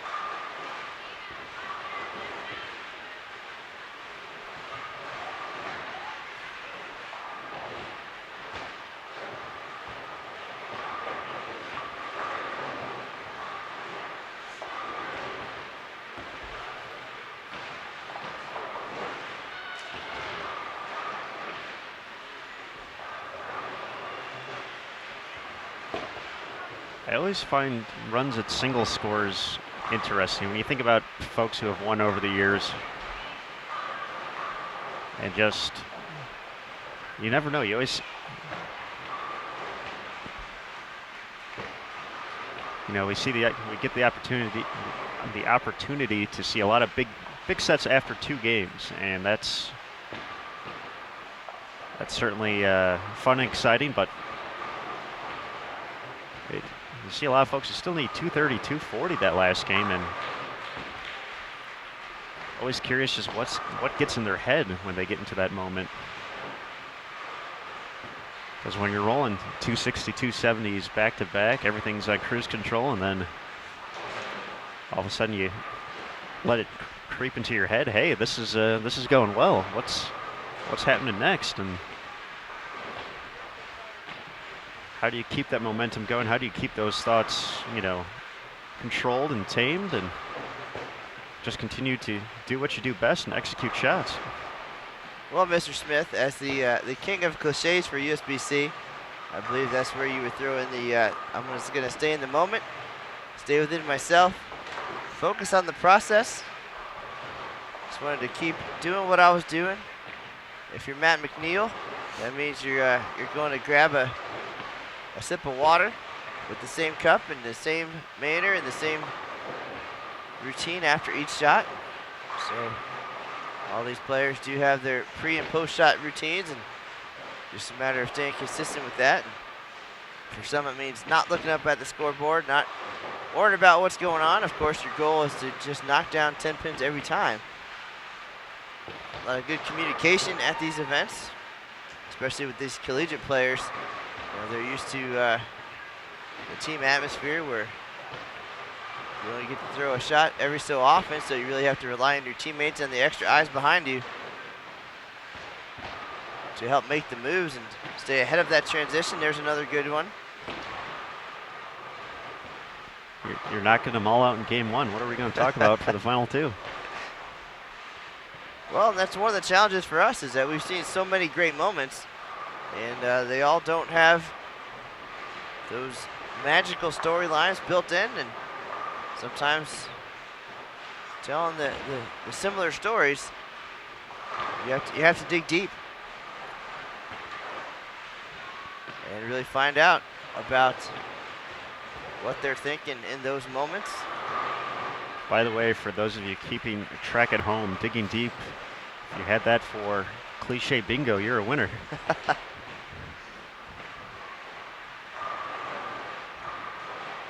really think 2 things that should have taken off over the last couple of years. 1, fantasy team all events. We could have made that a thing. And we could have done that at the women's championships too. I know they don't have actual team all events, and it would be awfully complicated, I think, with the 4 different divisions and team event, but we have our own little in-department fantasy team all events at the Open Championships and the other live stream bingo. We definitely could have made that a thing. We put out there a list of words, and if the folks can let us know when we said those, and or somehow send us some kind of scorecard, we could have had some pretty sweet prizes, like Matt and Aaron autograph something or other, something priceless. To know that people are out there paying attention. Priceless, yes, that is the word I was thinking of as well when you started that. I think it's pretty fun, the amount of conversations I'll have during the tournament run, where it'll start off with somebody staring at me from at the end of the counter or whatever, which, I mean, I'm fairly used to that anyway, but then they'll just kind of throw out "Are you Matt Cannizzaro?" Well, yeah. I recognized your voice. Sorry. I'm sorry you have to listen to that. I tell people the live streams are way better with the sound off for sure. Yeah, a lot of that is we are distinguishable in a crowd.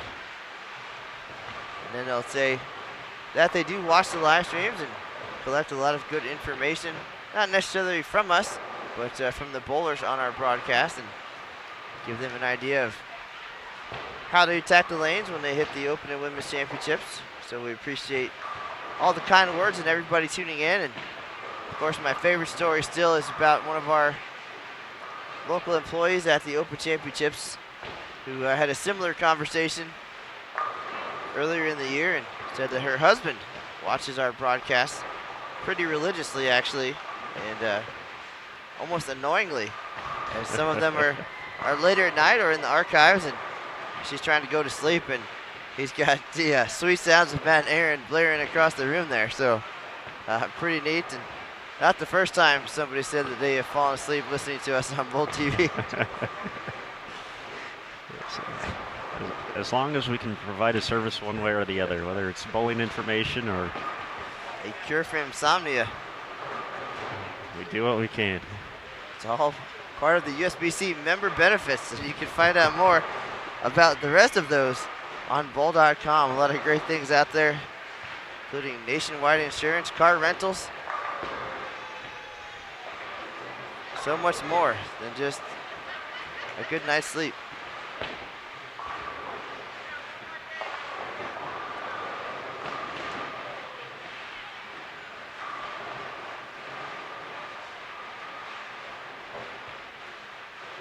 Moving into frame 7 of game 1 of singles here at the 2016 USBC Women's Championships. Aaron, I'll say, speaking of things put to rest, by my unofficial calculations, it looked like Danielle McEwan's all event streams have been put to rest here in 2016. Singles still a possibility. Long way to go, though, early in game 2. Here in our featured pair, Shauna Shannon off to a pretty terrific start with 5 out of 6. Again, we talked about her a little bit earlier. It has kind of made her way onto the scene, starting with some big performances in 2010. And I think there was about a 4-year stretch where her and her team seemed to at least walk off the lanes with the lead. And of course, they won in 2012. At the National Bowling Stadium in Reno, Nevada. Wendy Shelton also part of that team. And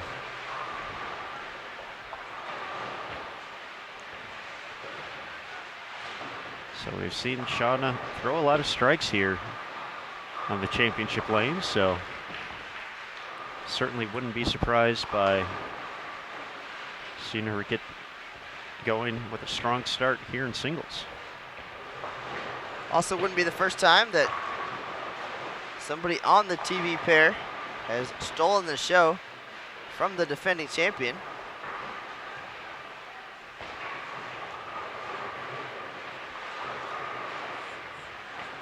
And I guess you're talking about 2013, Mr. Canizaro. At the WC, that is definitely a good example.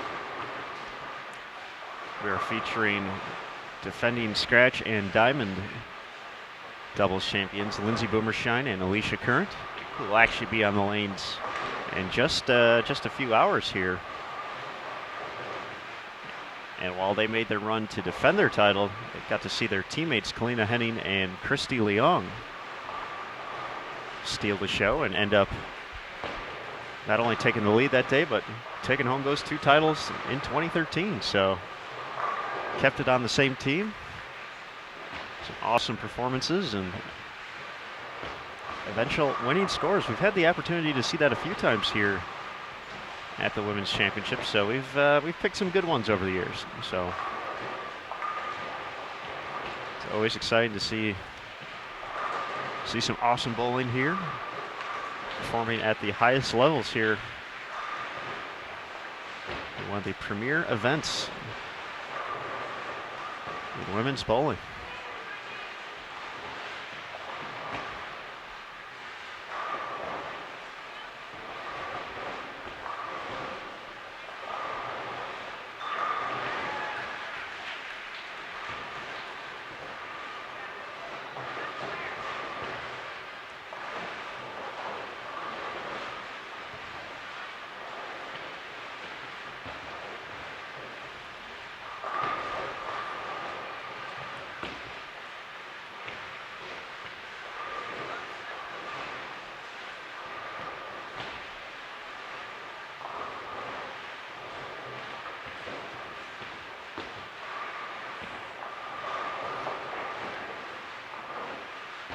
Lisa Farwell delivers in frame 8. See if Chevy can make it 3 in a row.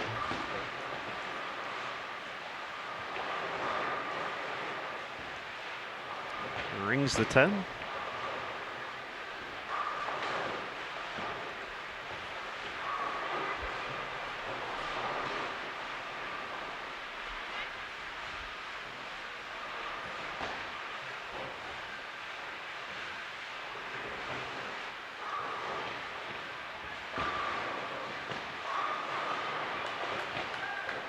Nice shot from Wendy Shelton, 4 out of the last 5.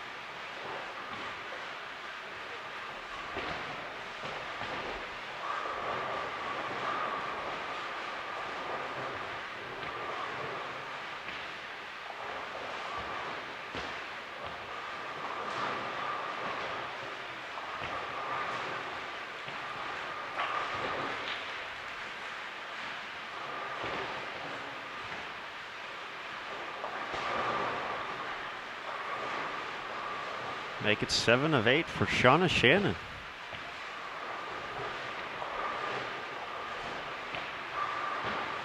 Joining us from Albuquerque, New Mexico.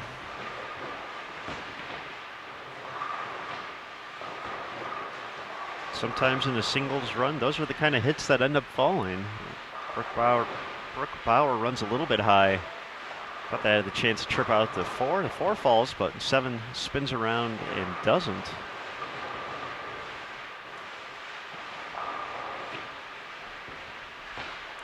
So now she's looking at the single pin conversion in frame 9 instead of a double.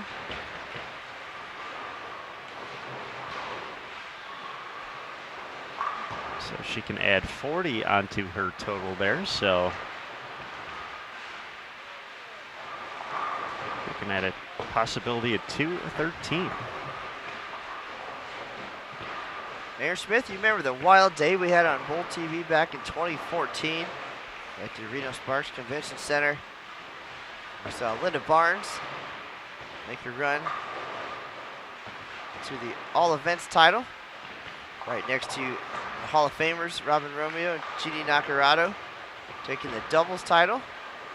Also had a 300 that day from Nacarado and a 299 from Cassandra Luthold. It's a pretty wild time. I think that's the craziest it's gotten for me here at the Women's Championships. I know you had a similar day in 2010 between Jody Westner and Brenda Padilla, where we tune in for one thing and all kinds of other craziness happens. Yeah, that was one of the first live streams ever from the Women's Championships in 2010. Lucas Wiseman making his way into town. And during the team event, we had, I believe, 2, maybe 3 perfect games on the same squad while we were live streaming, and Brenda Padilla ended up shooting 800 in her team event. However, Jody Westner quietly shot 764, I think. I don't know if you can quietly shoot 760, but a lot going on that day, a lot of past champions, and kind of similar to yesterday. And all of a sudden, the next day, we were live streaming, I believe, our defending doubles champions, Clara Guerrero and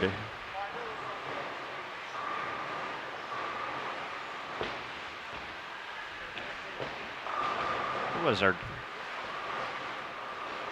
It's been so long.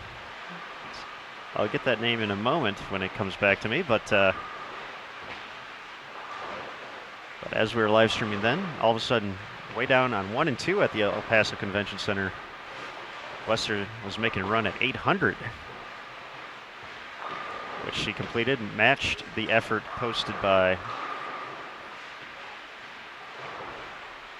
Michelle Feldman a year before for the highest series in tournament history, 816. And she wrapped things up with a 750 plus effort in singles to shoot 23-30.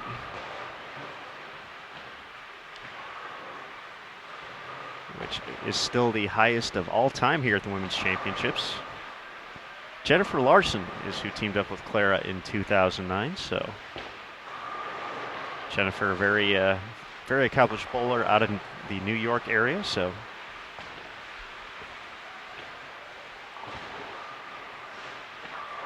remember their run at the National Bowling Stadium in 2009.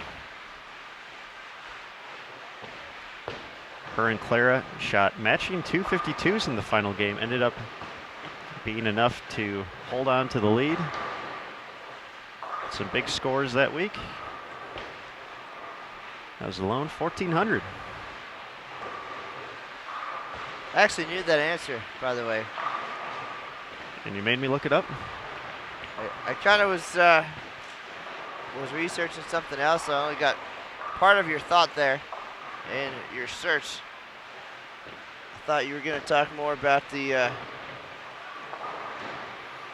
run of 300 games that year in El Paso, but you know, we talked about Jennifer Larson a few times just because of how she spells her first name. Wanted to make sure we weren't making a mistake. So that one kind of stands out. Jennifer with one N. And of course, the unforgettable Clara Guerrero.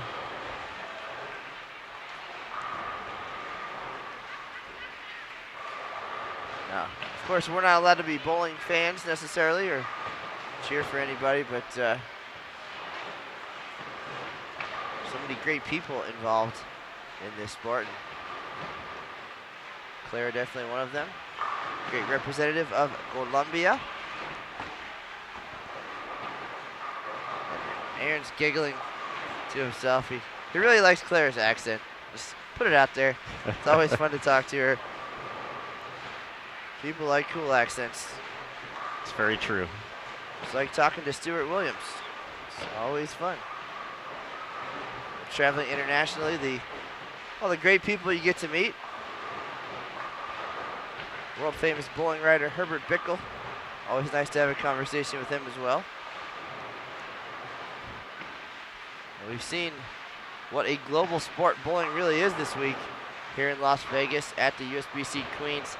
21 different countries represented.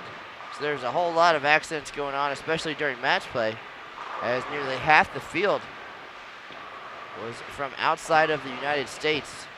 Technically, a lot of players coming here for college and sticking around, especially those bowlers from Colombia.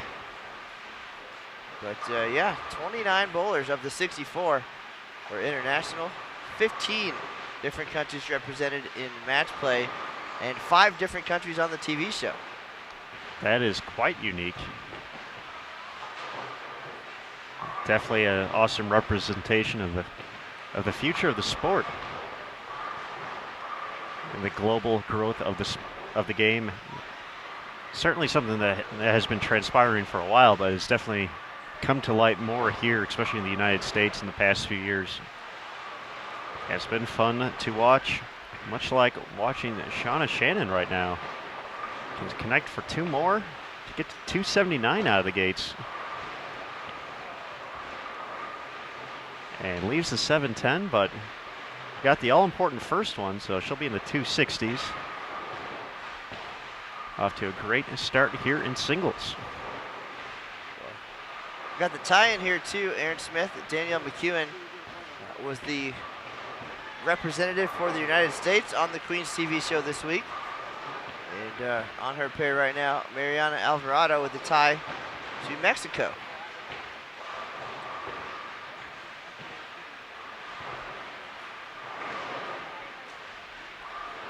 And we'll see as the PWBA season rolls on in Wichita next week.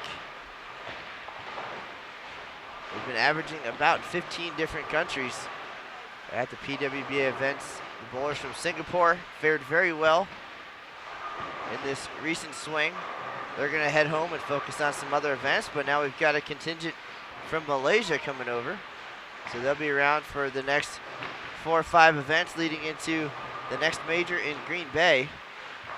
And you can find that whole schedule and all the results on pwba.com and follow some of the players, especially the ones you're watching here today, and see how their dreams unfold on the PWBA Tour. And of course, here at the Women's Championships, bowl.com/women's champ. Leaderboards are there, individual results as well. Aaron Smith working daily to make sure they are updated and accurate. It's an exhausting job, but somebody has to do it. I've been here longer, so I could tell Aaron to do it. The perks of seniority. Noted. I'll keep that in mind and transfer your reign of terror onto our new guy as well. So that's true. It rolls downhill, right?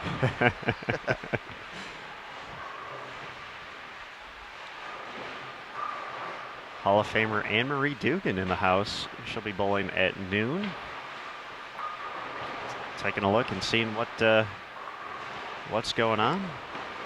She was actually a topic of discussion at the Queens this week as one of our 50-plus players. Of course, a long, successful career for her and CDB, Carolyn Doran-Ballard. But that they have come into this PWBA season in terrific shape physically. Spending a lot of time not only on the lanes getting sharp, but in the gym, eating well.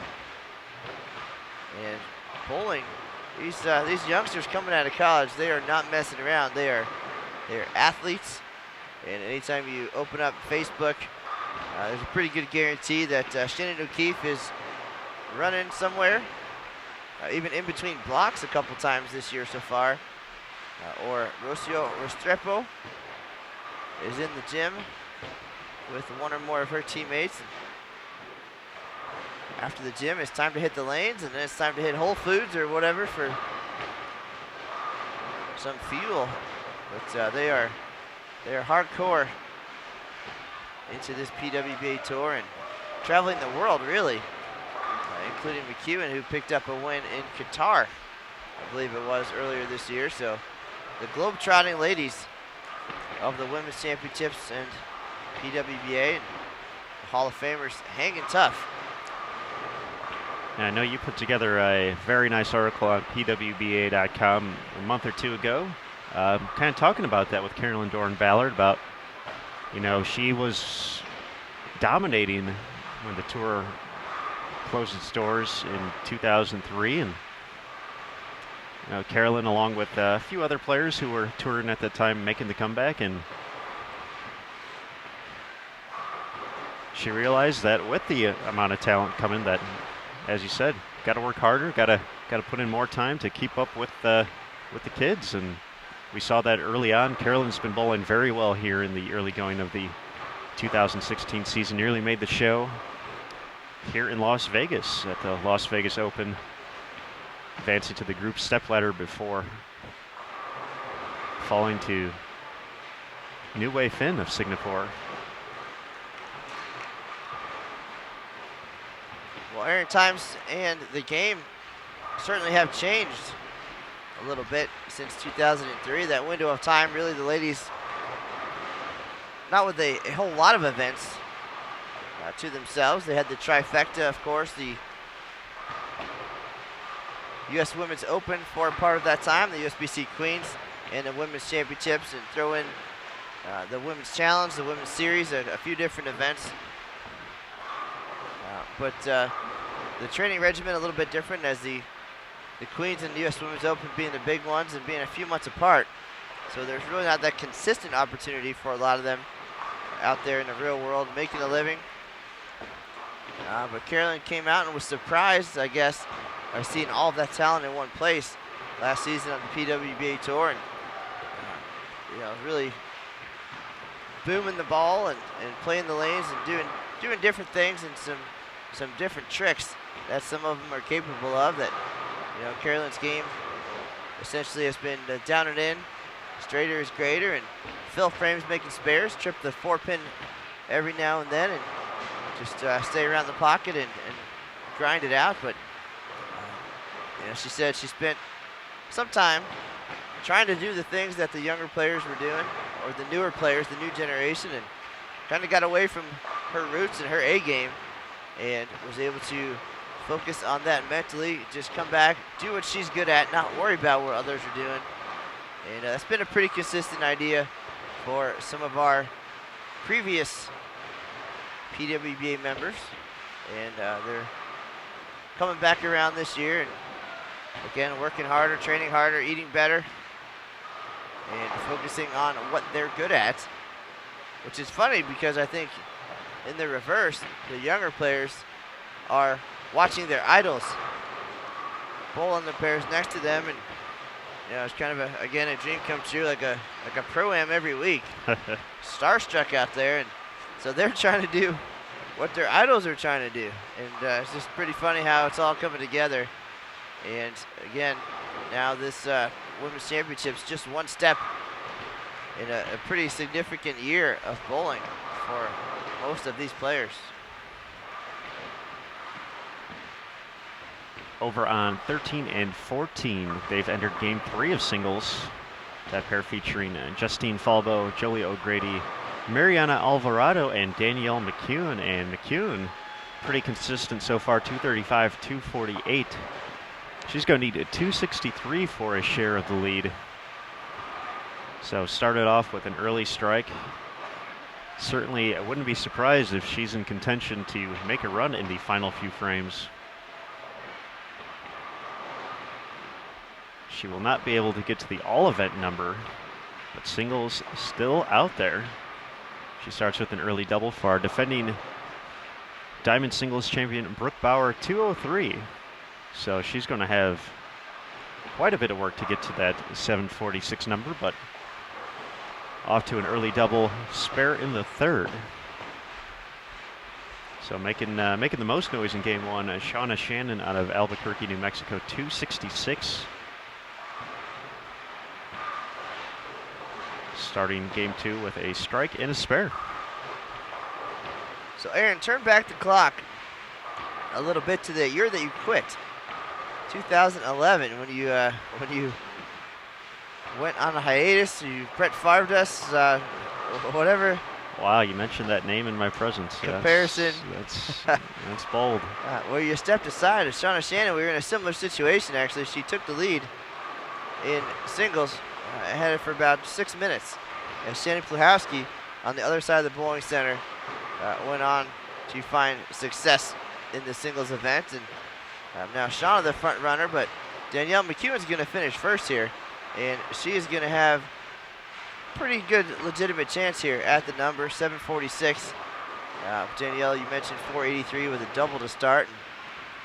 And in the past couple of years, we've seen her throw a whole lot of strikes. So I would definitely keep an eye on that live scoring at home. And if it gets close, maybe we'll be creative here, maybe not.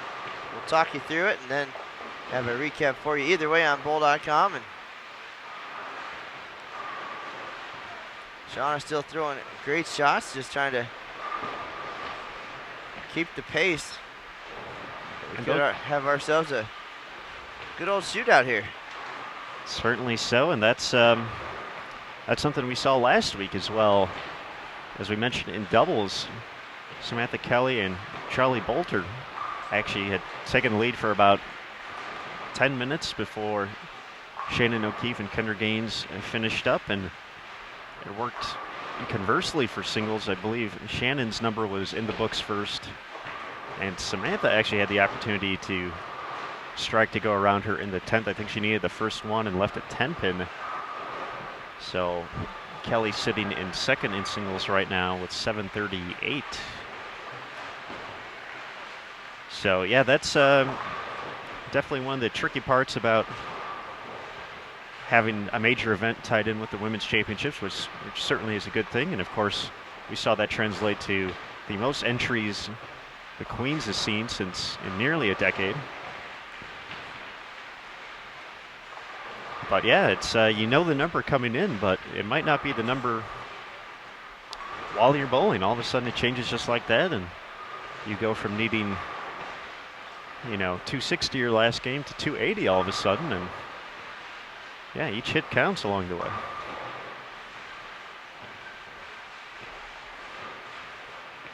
Well, it's also fun to follow along at home. I know we had a pretty wild couple days here recently, and it's part of the excitement of it, going back and forth between pairs, especially here at South Point from one side to the other. Got the news last week or whenever, Brianna Cote taking the lead in singles, and got a party foul behind us. Beer flying everywhere. It's a wild time here in Las Vegas. It's, as a bowler, if somebody's striking down and you know you have a shot as well, sometimes a little bit of a motivator. So it keeps you going. Get the pedal down, as they say. As cliche bingo rolls on here. Now, it was interesting with Brianna's situation because we had a majority of the teams that were bowling doubles and singles on the low end of the house, and we were behind. We were one pair to the right. We were on 11 and 12, and Brianna had actually just she was in town obviously for the Queens, and she just found a team to sub on. So she was one of the few folks on the high end of the house. So she was actually directly behind where we were set up. So when she was making her run, she had 7, 8, 9 in a row a few times in doubles and singles. So a lot of going back and forth, seeing and keeping up with her progress. And she was another one. She took the lead briefly, had the number matched by Jody Wessner. Then Shannon O'Keefe finished, and then Samantha Kelly nearly took the lead. All in a matter of 20 minutes, maybe. Nice shot by Brooke Bower. Gonna need a big game here to put herself in and around the number. Once again, we're seeing right now Danielle McEwan at 483 after two. Still need to go 260 plus to take over the singles lead. Danielle has started with the front four, so we'll certainly keep you up to date on that. Jolie O'Grady can't miss from the rest of the way out, but she still has an opportunity. 464 after two for her. She started with a spare, now has 3 in a row. But not much room left for Mrs. O'Grady.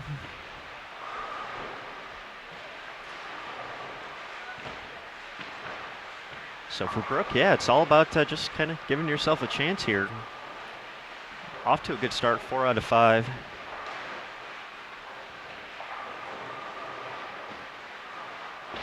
Shauna Shannon has kind of lost the carry the past few frames. 3 spares in a row. We'll see if she makes the adjustment in the 5th.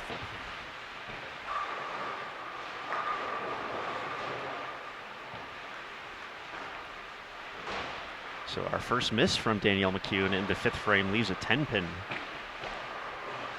So her window has gotten a little bit smaller, but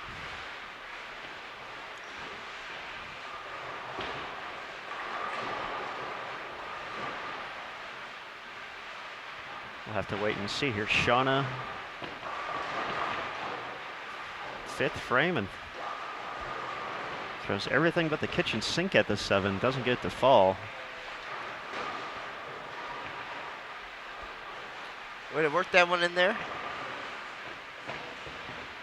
I believe I called it a kitchen sink 7 at some point during the Queens.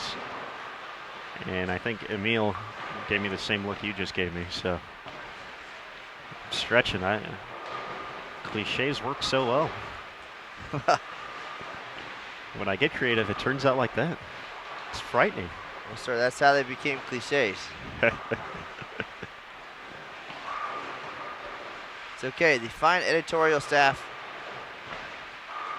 and the PR department at USBC. We've got your back.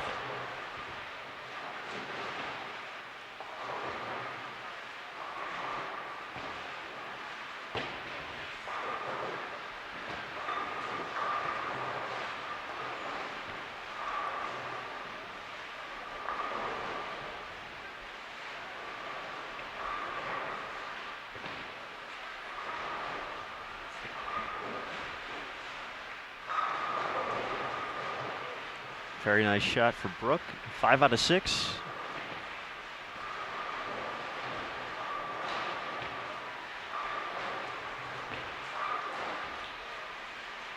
Big game of the day so far for her during doubles and singles has been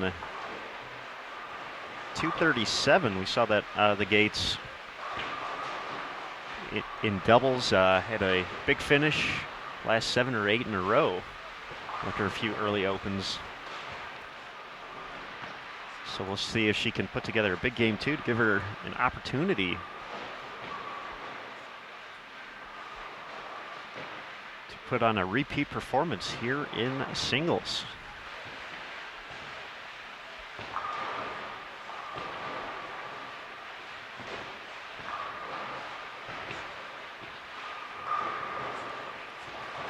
Danielle McEwan picked up the 10-pin in the 5th frame, struck in the 6th, so she can't miss until the second shot of the 10th now.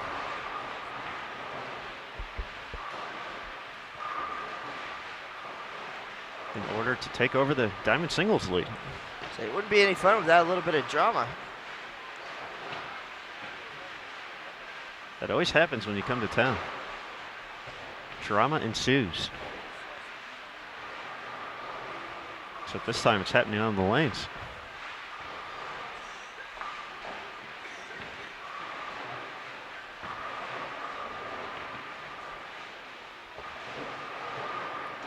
You've got a busy day ahead of you for sure. The next squad scheduled for noon here on the West Coast. And it's going to be pretty wild as the rest of the superstars from yesterday. We already mentioned a few. Anne-Marie Dugan. I believe Liz Johnson in the building as well. Alicia Current, Lindsay Boomerstein. And they do travel with packs of talented players. Tons of potential. Perhaps, Aaron Smith, you'll have a minute to grab yourself a South Point hot dog or two. Get you energized for the next squad.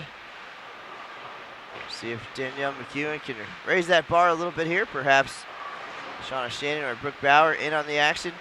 Wendy Shelton trying to make something happen there. Rolling the 10-pin for 3 in a row.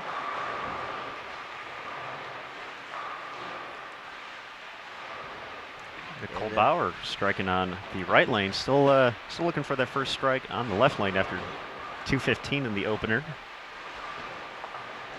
Here's Brooke looking to make it 4 in a row.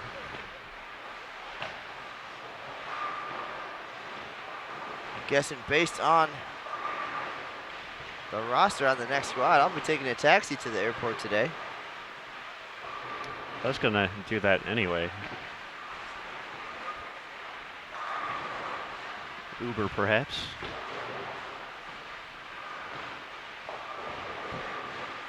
But another nice shot from Brooke Bower. 4 in a row. 6 out of 7. Danielle McEwan still in the number.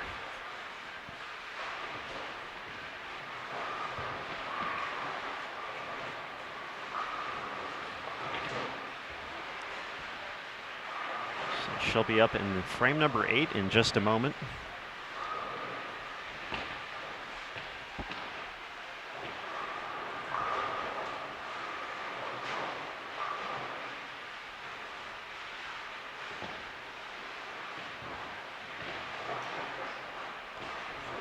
Danielle can still get to 762 if she strikes out.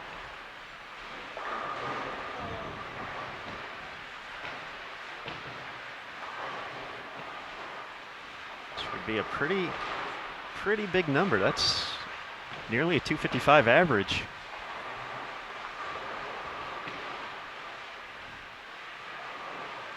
But that's still 5 strikes away. Yes, sir. Our next bowling cliche. You can't win unless you take the lead. Both familiar and logical.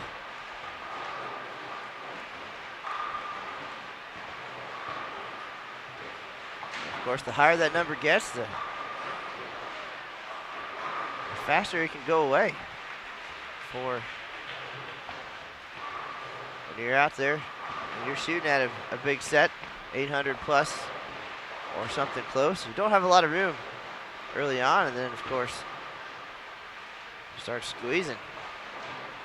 Danielle delivered in the 8th frame, so the lead is still out there. Diamond singles 746 in jeopardy.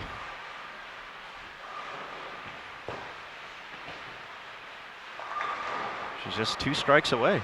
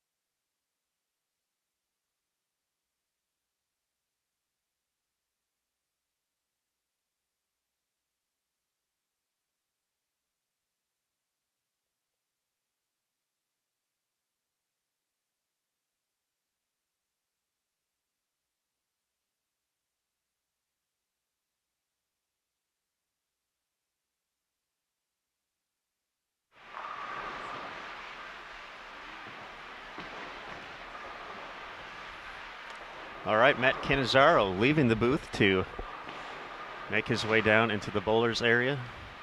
Try not to be noticed. So Danielle did strike in the 9th, so she'll have the opportunity to step up in the 10th frame and take the diamond singles lead. 746 the number, can still get to 762. She'll need the first strike and good count in the 10th.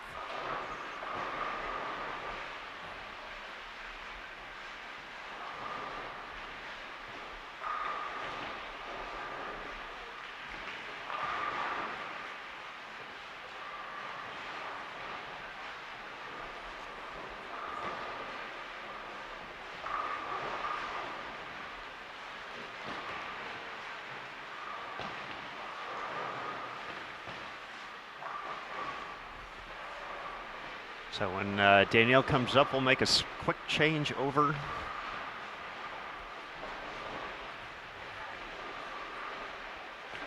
To see her 10th frame. Matt Cannizzaro on scene to possibly get ready to post on the official Open and Women's Championships Facebook page. When it's Danielle's turn to see if she moves into the lead.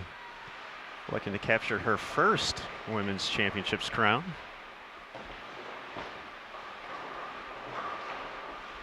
Danielle waiting for Mariana Alvarado to finish her 10th frame. Mariana just made her 2nd shot after delivering a strike to kick things off.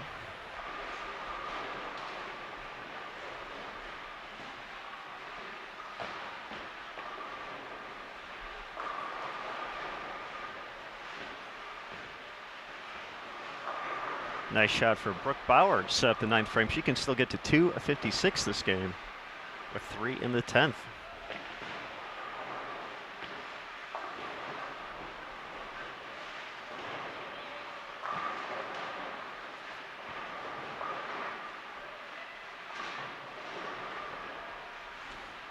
So we'll get one camera ready to move to 13 and 14.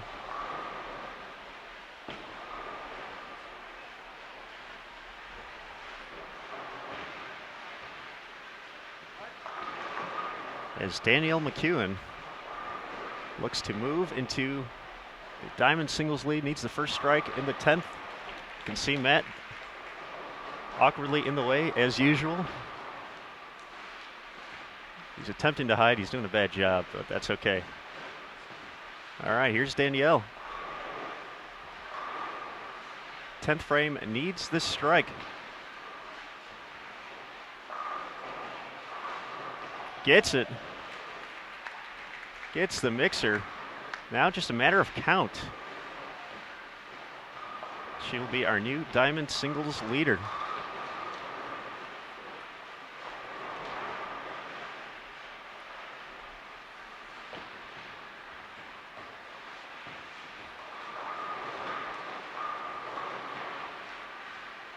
Needed 263 for share of the lead. 264 or better, it's all hers. So just count here will do the trick.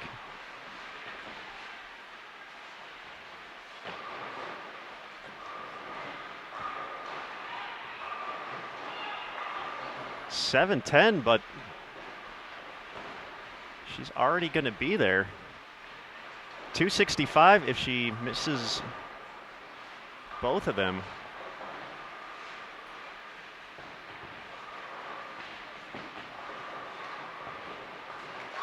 She'll take the one, and we have a new diamond singles leader, Danielle McEwan, finishing up her 2016 event by moving into the lead. We'll take a quick look at the leaderboard. 749. Surpasses Shannon O'Keefe by 3 pins.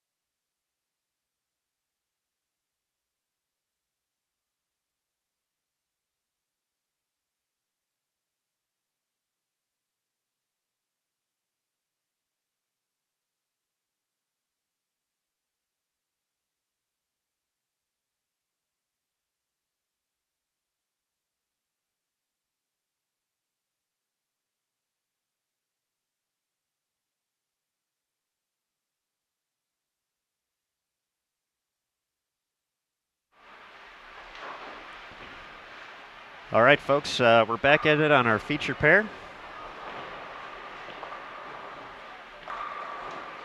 We just moved the camera over to watch Danielle McEwan of Stony Point, New York, the 2015 PWBA Tour Championship winner, take over the lead in singles with a clutch strike to kick off the 10th. Actually, a full clutch game. Need to go 263 or share the lead, 264 to take it.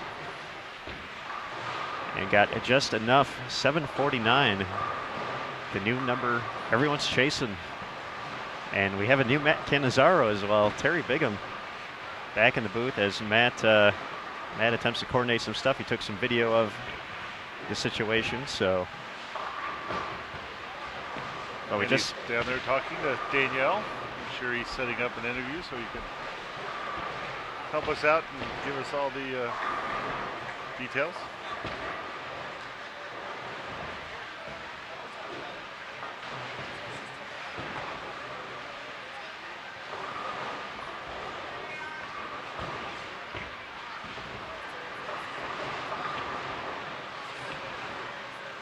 Of course, on our feature pair right now, they're winding down. Brooke Bower is finished off her game here in the 10th. With a very nice 256. Of course, as Aaron just mentioned, Danielle took the lead, so it's like Brooke's reign is over. So she had a very nice finish. don't count her out just yet, Terry. Oh, I didn't see what she do in her first game there. 203 for Brooke in game one, so she's at 459. So not a lot of room, but 290 for share of the lead, so she can. So it's still out there for her. It's still out there. Absolutely. And of course, we saw someone shoot a 299 already here, just last night. So my apologies, Brooke. I didn't mean to count you out just yet. It's okay. She's a very nice young lady. She won't. She won't get you for that. That's what happens when you go in the office to catch up on some other work. You miss out on all the excitement. Well, I'm surprised you weren't joining us here on Bull TV. Tuning in, making sure we were behaving ourselves and not talking about you. So. Well, I like to leave it to the professionals to handle. I don't have the same smooth voice that Matt Cannizzaro possesses, so. And he's pointing at me because apparently I'm in his way and he needs to get his gear. So once again, I'm carrying the bags for Matt Cannizzaro. All right, Terry, we're going to kick you out. We're going to get someone much more. I have no problems with this. All right. Thanks.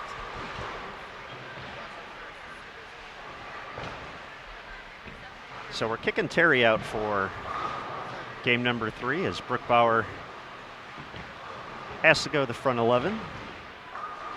And we're going to be joined by Team USA's Danielle McEwan, fresh off of taking the diamond singles lead. Hi, Danielle. Hi. How's it going? Pretty good now. Pretty good now. That was quite an effort. We got to see over on lanes 13 and 14. We actually took the cameras over there for the 10th frame.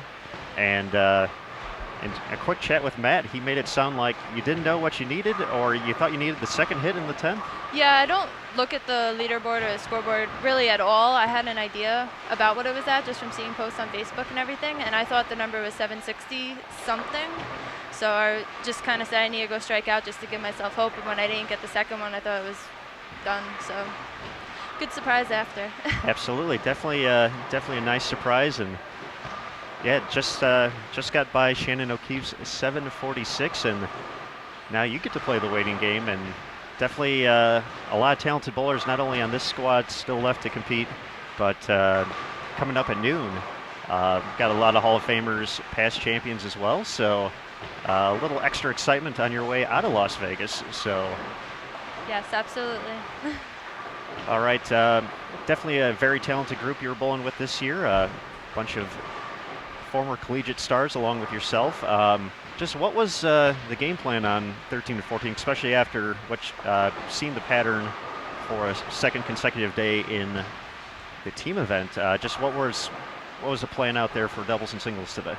Well, we just kind of started a little bit further right and then broke them down and moved in, and we really didn't do anything all that great in doubles, but we could see the pattern developing. So halfway through the third game, Jolie was like, we're both going to shoot awesome next round, and we were kind of kicking ourselves in the butt because we wanted to bowl good together, not necessarily individually, but it worked out. We had a good look towards the end. Certainly. So once again, we're being joined by Danielle McEwan, the 2015 PWBA Tour Championship winner, and we just saw her take over the diamond singles lead here at the South Point Bowling Plaza. And Danielle, I know you've had the opportunity to be in this venue before, and what do you think about it as the home for the women's championships here in 2016? Oh, it's awesome. It's such a nice facility, and last time I bowled here, I bowled really well, so I was really excited to come back and hopefully score good again. But I love just the big arena setting. It's awesome. It's unlike anything else that we bowl in a smaller bowling center, so it's pretty cool. Now, the last time you were here, was that the PBA team event? Yes. That did work out pretty well, didn't it? That did work out well. I also bowled the regional here before that and won that, so I like this building. I would say so. This is going to be the house that Danielle built before we know it. South Point Bowling Plaza. So we came here today to see our defending singles champion. So Brooke Bower still can catch you. She needs the front 11. Shauna Shannon also on this pair, 278 to match your new number. So we got to see this last week, and with so many talented players all bowling at the same time, the number you go in thinking you're having to chase all of a sudden changes mid-squad, and then again and then again. So we'll get to see if these players can throw a lot of strikes. Once again, big numbers. Yeah, there's been a lot of really high scores the last few weeks. Like I said, I try not to watch it, but obviously through Facebook, with all the girls being out here this week, it was a new leader. It seemed like came up every day for a few days in a row. Definitely a lot of excitement, and some excitement already for you this week. A great performance at the Queen, so congratulations on that. And such a unique stepladder for that event. We had 5 different countries represented. What was it like to be a part of that, and just seeing the international talent that's making a name for itself out here on the PWBA tour? It was really cool. For the last few years, I've had the opportunity to travel around the world, so I've seen these players before, and I know how good they are. So it was really cool to have them here and to have them be so successful, so everyone here in the States can see for themselves just how good they are.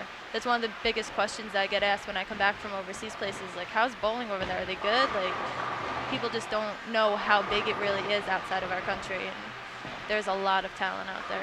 So that was one of the exciting parts with Queens. Just in general, we had more than 60 international competitors. Nearly half of them I was going to say, I think half of them made the cut. Made the cut into match play. All 8 players from Singapore made it into the round of 64. So definitely a global sport, definitely growing, and definitely has to provide a lot of excitement as well as opportunities. We know you had a big international win just a few months back. Mm-hmm. Yes, absolutely. It's awesome getting to travel everywhere and see all the new countries and meet people from all around the world.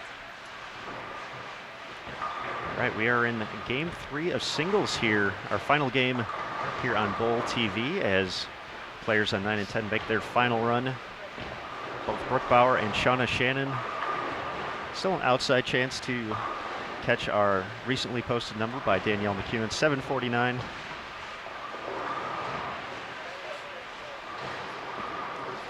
Now, Danielle, I know PWBA Tour season just getting underway here, so 4 stops in the books. Just what's been your general impression of kind of how the tour has kicked off for you this season?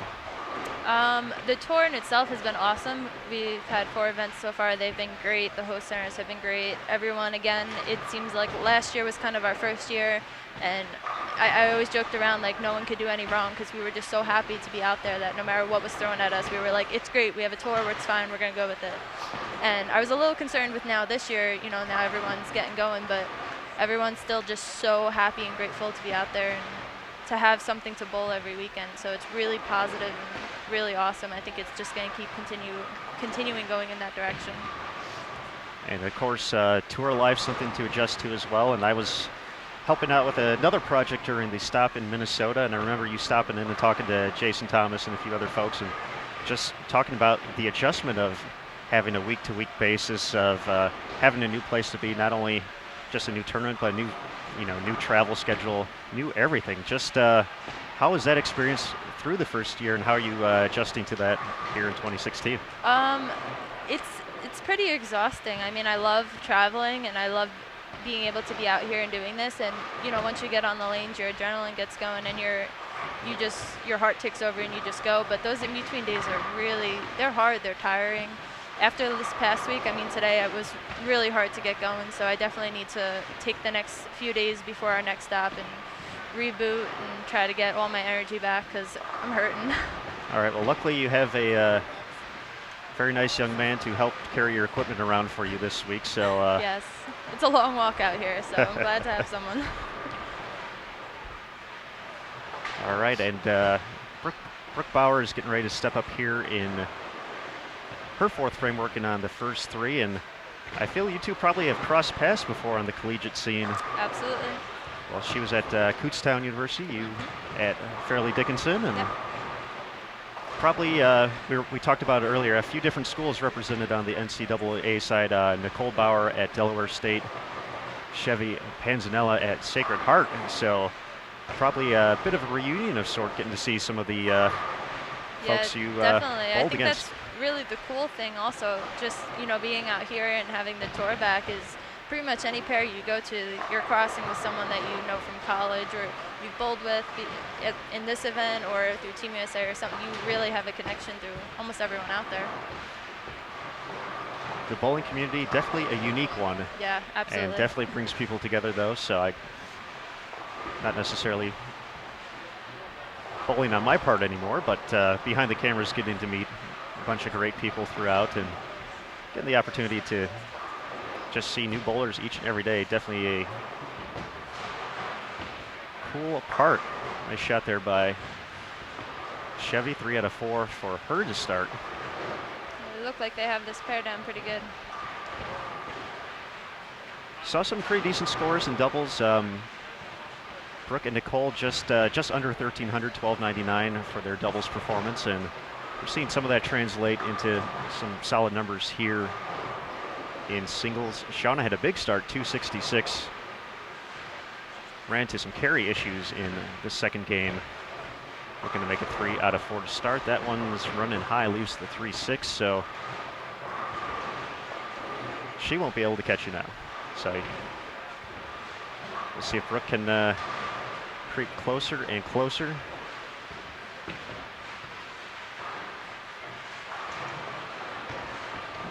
Now, collegiate bowling, obviously a big part of the process of building up to not only the Women's Championships, but the PWBA Tour as well.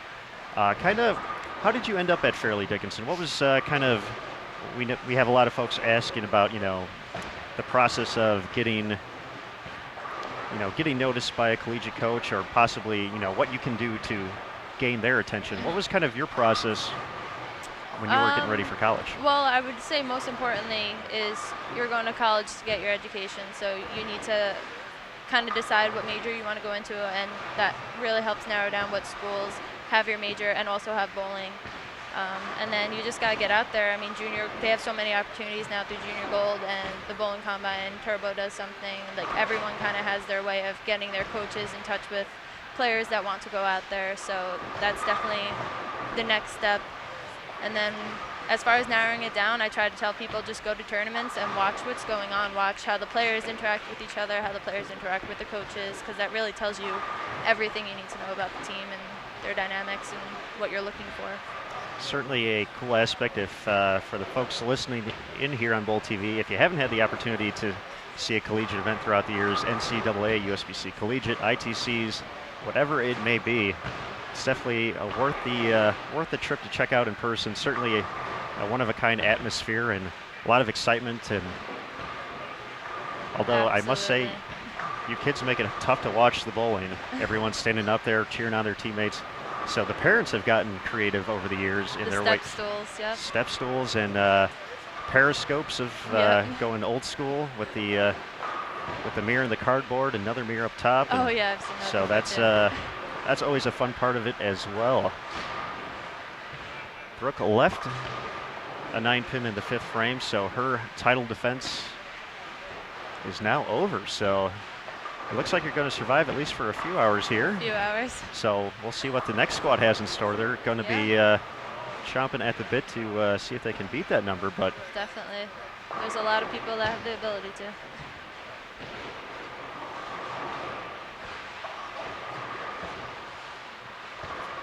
We have a young fan here wanting to get Danielle's autograph.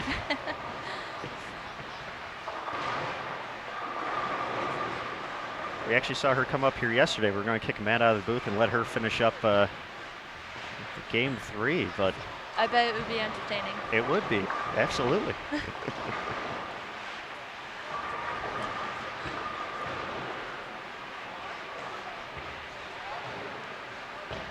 All right, halfway through the final game of singles here at the 2016 USBC Women's Championships. Brought here by Brooke Bower, the defending Diamond Singles Champion.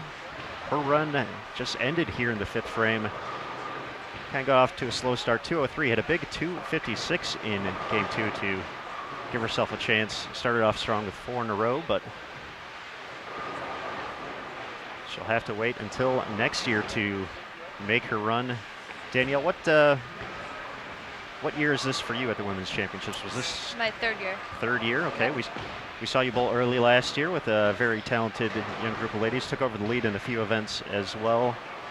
Some changes have kind of made it tougher to put together teams like that. So I think it's cool that you kind of went back to the collegiate bowling days and found a few folks that way to build a pretty solid team there. Yeah, I'm very happy with our team.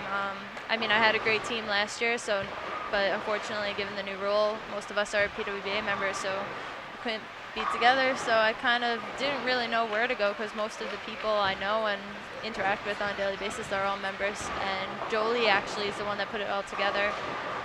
She approached me and got me, and the other 2, we were kind of like searching around for people. It's definitely not easy just to pull people together on a date that works for everyone. But she got it done. I liked our team. We did good.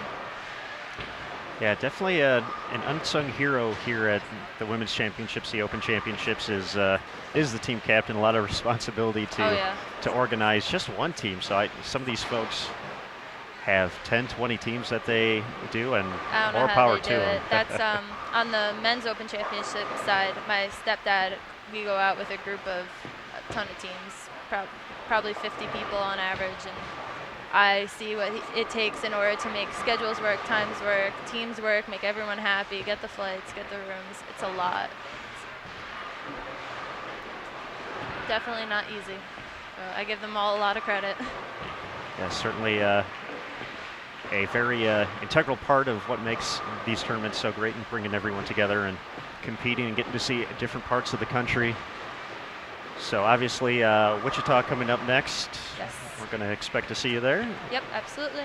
All right, so you got a little bit of time, at least, I don't even know what day, what's today, Saturday? Today's Saturday. So about 5 or 6 days off before you make the way to Wichita? Yeah, I'll fly home tomorrow morning and spend a few days recuperating, seeing my dog, seeing my family, and head back on an airplane. So is that the usual process? I'm kind of curious, definitely with the week-to-week. Do you have the opportunity to go home? Is it a driving type of tour? Is it flying mostly? Or? I am not driving. I'm, for the most part, flying either back and forth. For the rest of the season, I'm kind of doing like a 2-out and then go home and then hit the next 2.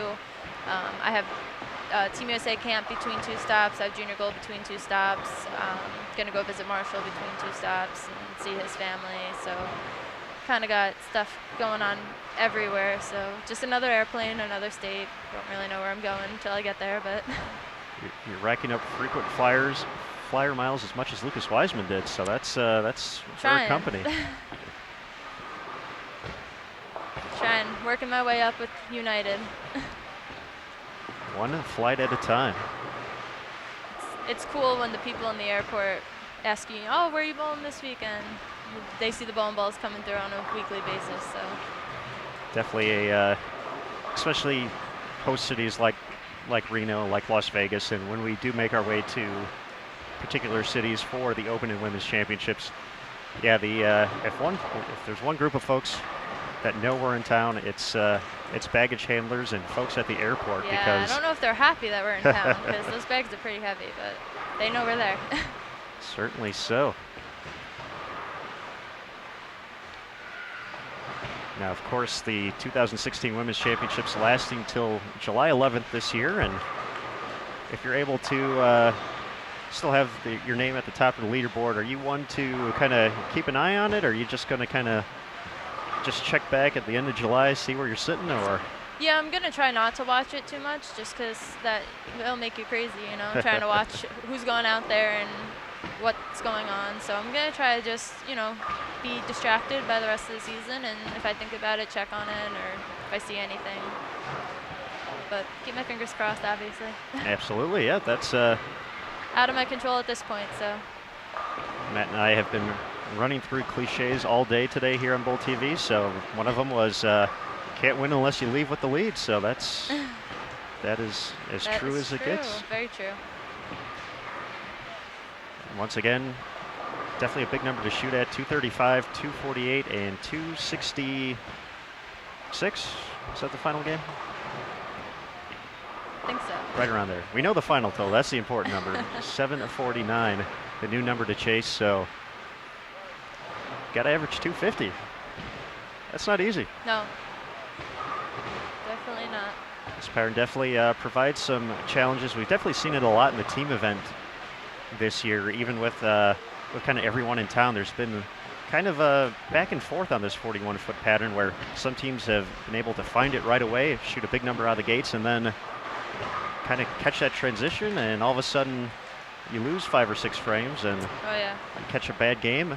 Well, a lot of it has to do with, you know, who's on your team, who's on your companion team, and how you're breaking the lanes down. That really dictates what's going to happen in games 2 and 3, and that's kind of the issue we ran into last night. We started off great, and then all of a sudden great shots turned into 10 pins, and then those 10 pins turned into buckets, and now there's only a few frames left, and you're making ball changes and moving, and like you said, you're just losing frames, so it can happen really quick. You're not on top of it. Definitely the score on top, 26-56, has survived quite a few scares in the past week or so. So we'll get to see if anyone else can put together the firepower to get to that number. That team led by Rocio Restrepo, going back to the international team representing Colombia. Yeah, they're pretty good there. They've had a good run. They hold their own.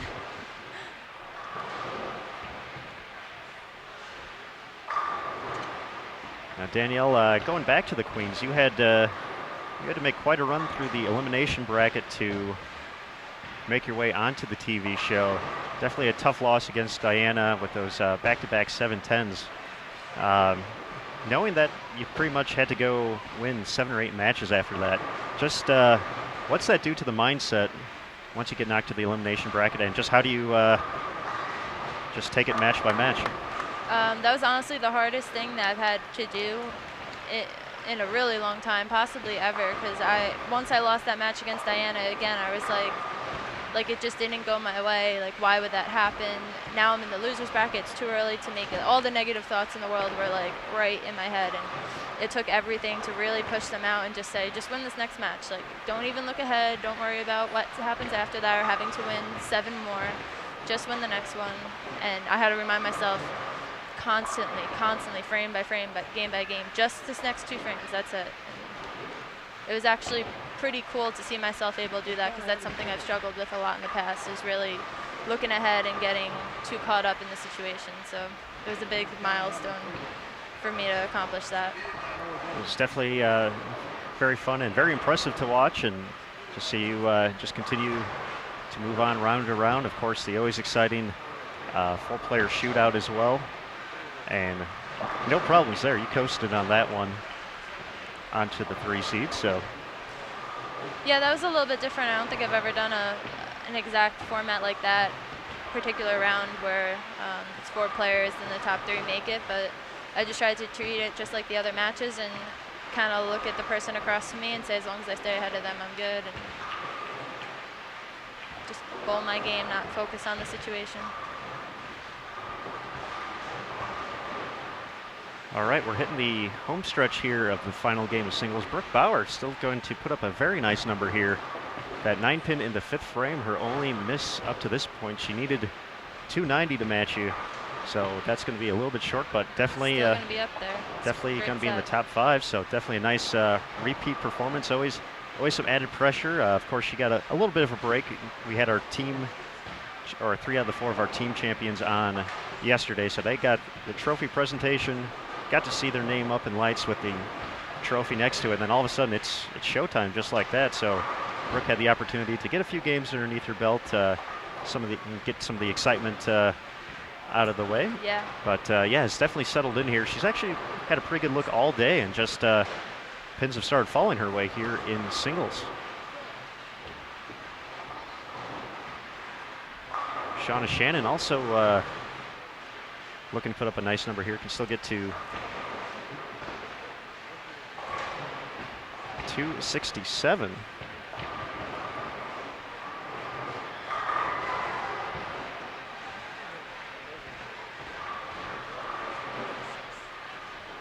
Now, Danielle, one of the fun parts about the women's championships is, depending on, some people bring crossing teams or not. I think you guys just had one team.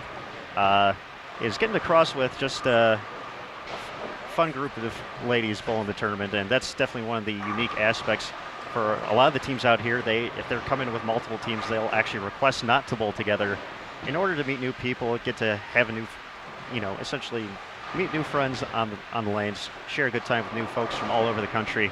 What was the group that you bowled with last night like? And Oh, they were awesome. They were really cool and supportive, high fives going around and everything. But like you said, one of the other teams down towards the end, I'm not exactly sure what their team name was, but today, I guess every year, whoever their companion team is, they bring them a little gift, just like a little bag with a little couple of things in it. And they didn't have a companion team last night, so today they chose our team and they brought us all our little bag, which I thought was super nice and thoughtful. So, I mean, Pete, that's exactly what you just said. People come out here just to have a good time and meet people, and it's a really cool environment to see that happen. yeah, certainly unique, very cool. Definitely what one of the main aspects of the women's championships is definitely having a good time out on the lanes. Anytime I get to bowl in a team setting, it's always so much more fun than bowling by yourself. I look forward to bowling, whether it's doubles, trios, team. Whenever you're throwing a shot for someone else, it just means so much more. Brooke Bower runs a little bit left on that shot in the 9th frame, leaves the 3-9, converts still, can still get to 257 for, once again, going to put together a nice number here when it's all said and done. Going to be right around the 700 mark, if not a little bit ahead. Well, that is a good set.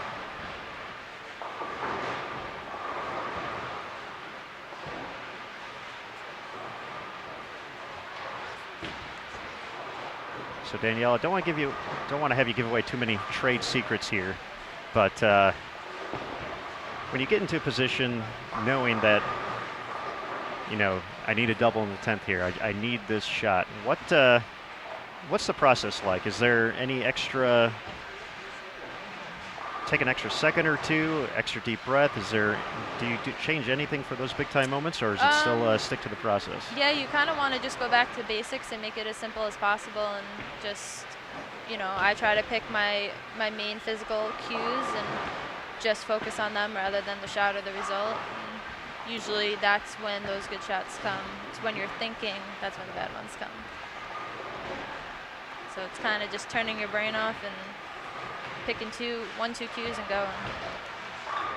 Well, that was certainly the case at the PWBA Tour Championship. Definitely one of the best 10th frames that I've ever gotten to see in person, to put all the pressure on Stephanie to perform in the 10th, but just to put yourself in that position and throw those shots was very impressive. I know we mentioned the 7-10 out here, 2 7-10s in that match that you bounced back extremely well from. I remember I was sitting right there when the second one happened, and I think I didn't say it out loud, but I was just like, wow, I can't believe that happened again. And yeah, I said that too. But yeah, I mean, I got a lot of experience with 10th frames through college bowling, back to college bowling again, and that's where I really learned. You learn the hard way. You don't just, it doesn't just click and you're awesome under pressure. It took a while to really learn what worked for me and what I needed to do in order to do it. And sometimes it's easier said than done. Sometimes you tell yourself to do it and then, it obviously doesn't go through as planned, but I definitely know what I need to do, so when it all clicks together, it usually turns out good. see, Matt and I need that for live streaming here. We just need all to click through and happen and not. So rough 10th frame for Brooke, ran into the big four, 231, 690 though. That's especially after a 203 start. That's a very nice finish to get to just around 700.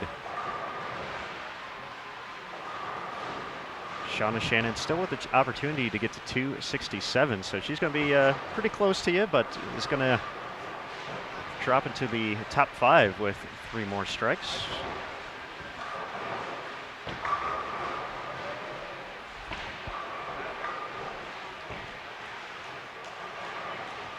.738 would actually put her into a tie for 3rd. She's able to connect on these last 3.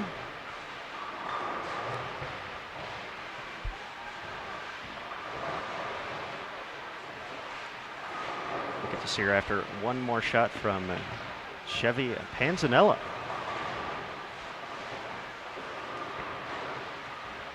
She's going to get to 600 here with some nice count.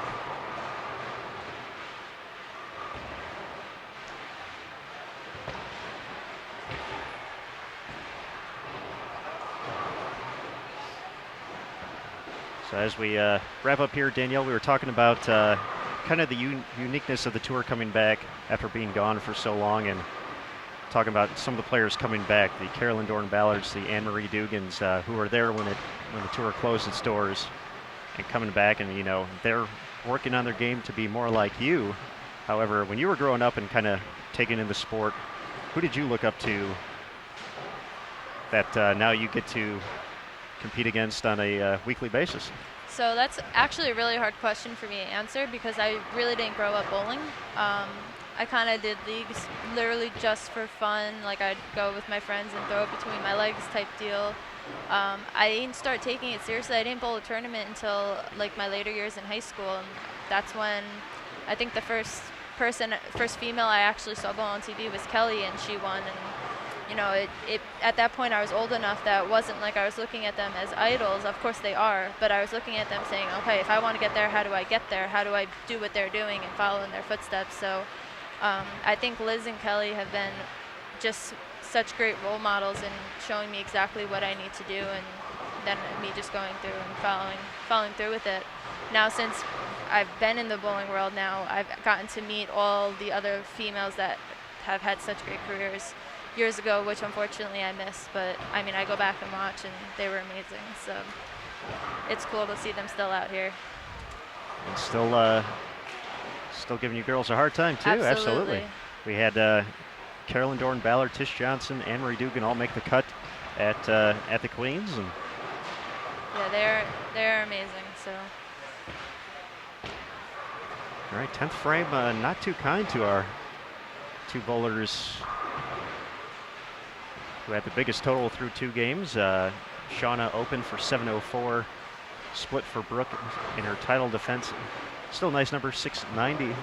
And we'll have one more shot from Wendy Shelton to wrap things up. But Danielle, thanks for joining us here on Bowl TV. We appreciate you coming out to the Women's Championships, and it's been, as we said, awesome to watch you all week, first at the Queens and now here.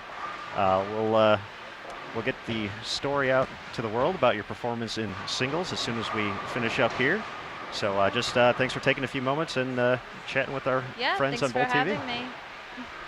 Certainly a pleasure. Danielle McEwan, our new Diamond singles leader here at the 2016 Women's Championships. And that's going to do it from South Point Bowling Plaza. We're going to get ready for our next squad here in just a few moments. Will not be on Bowl TV, but be sure to check out live scoring. We got a slew of Hall of Famers, past champions, Team USA members, and more. So we'll see if anyone can make a run up the standings. So thanks again for joining us here on Bowl TV. We appreciate it. On behalf of Matt Cannizzaro and Terry Bigham, as well as Danielle McEwan, I'm Aaron Smith. And thanks for tuning in. We'll see you next time.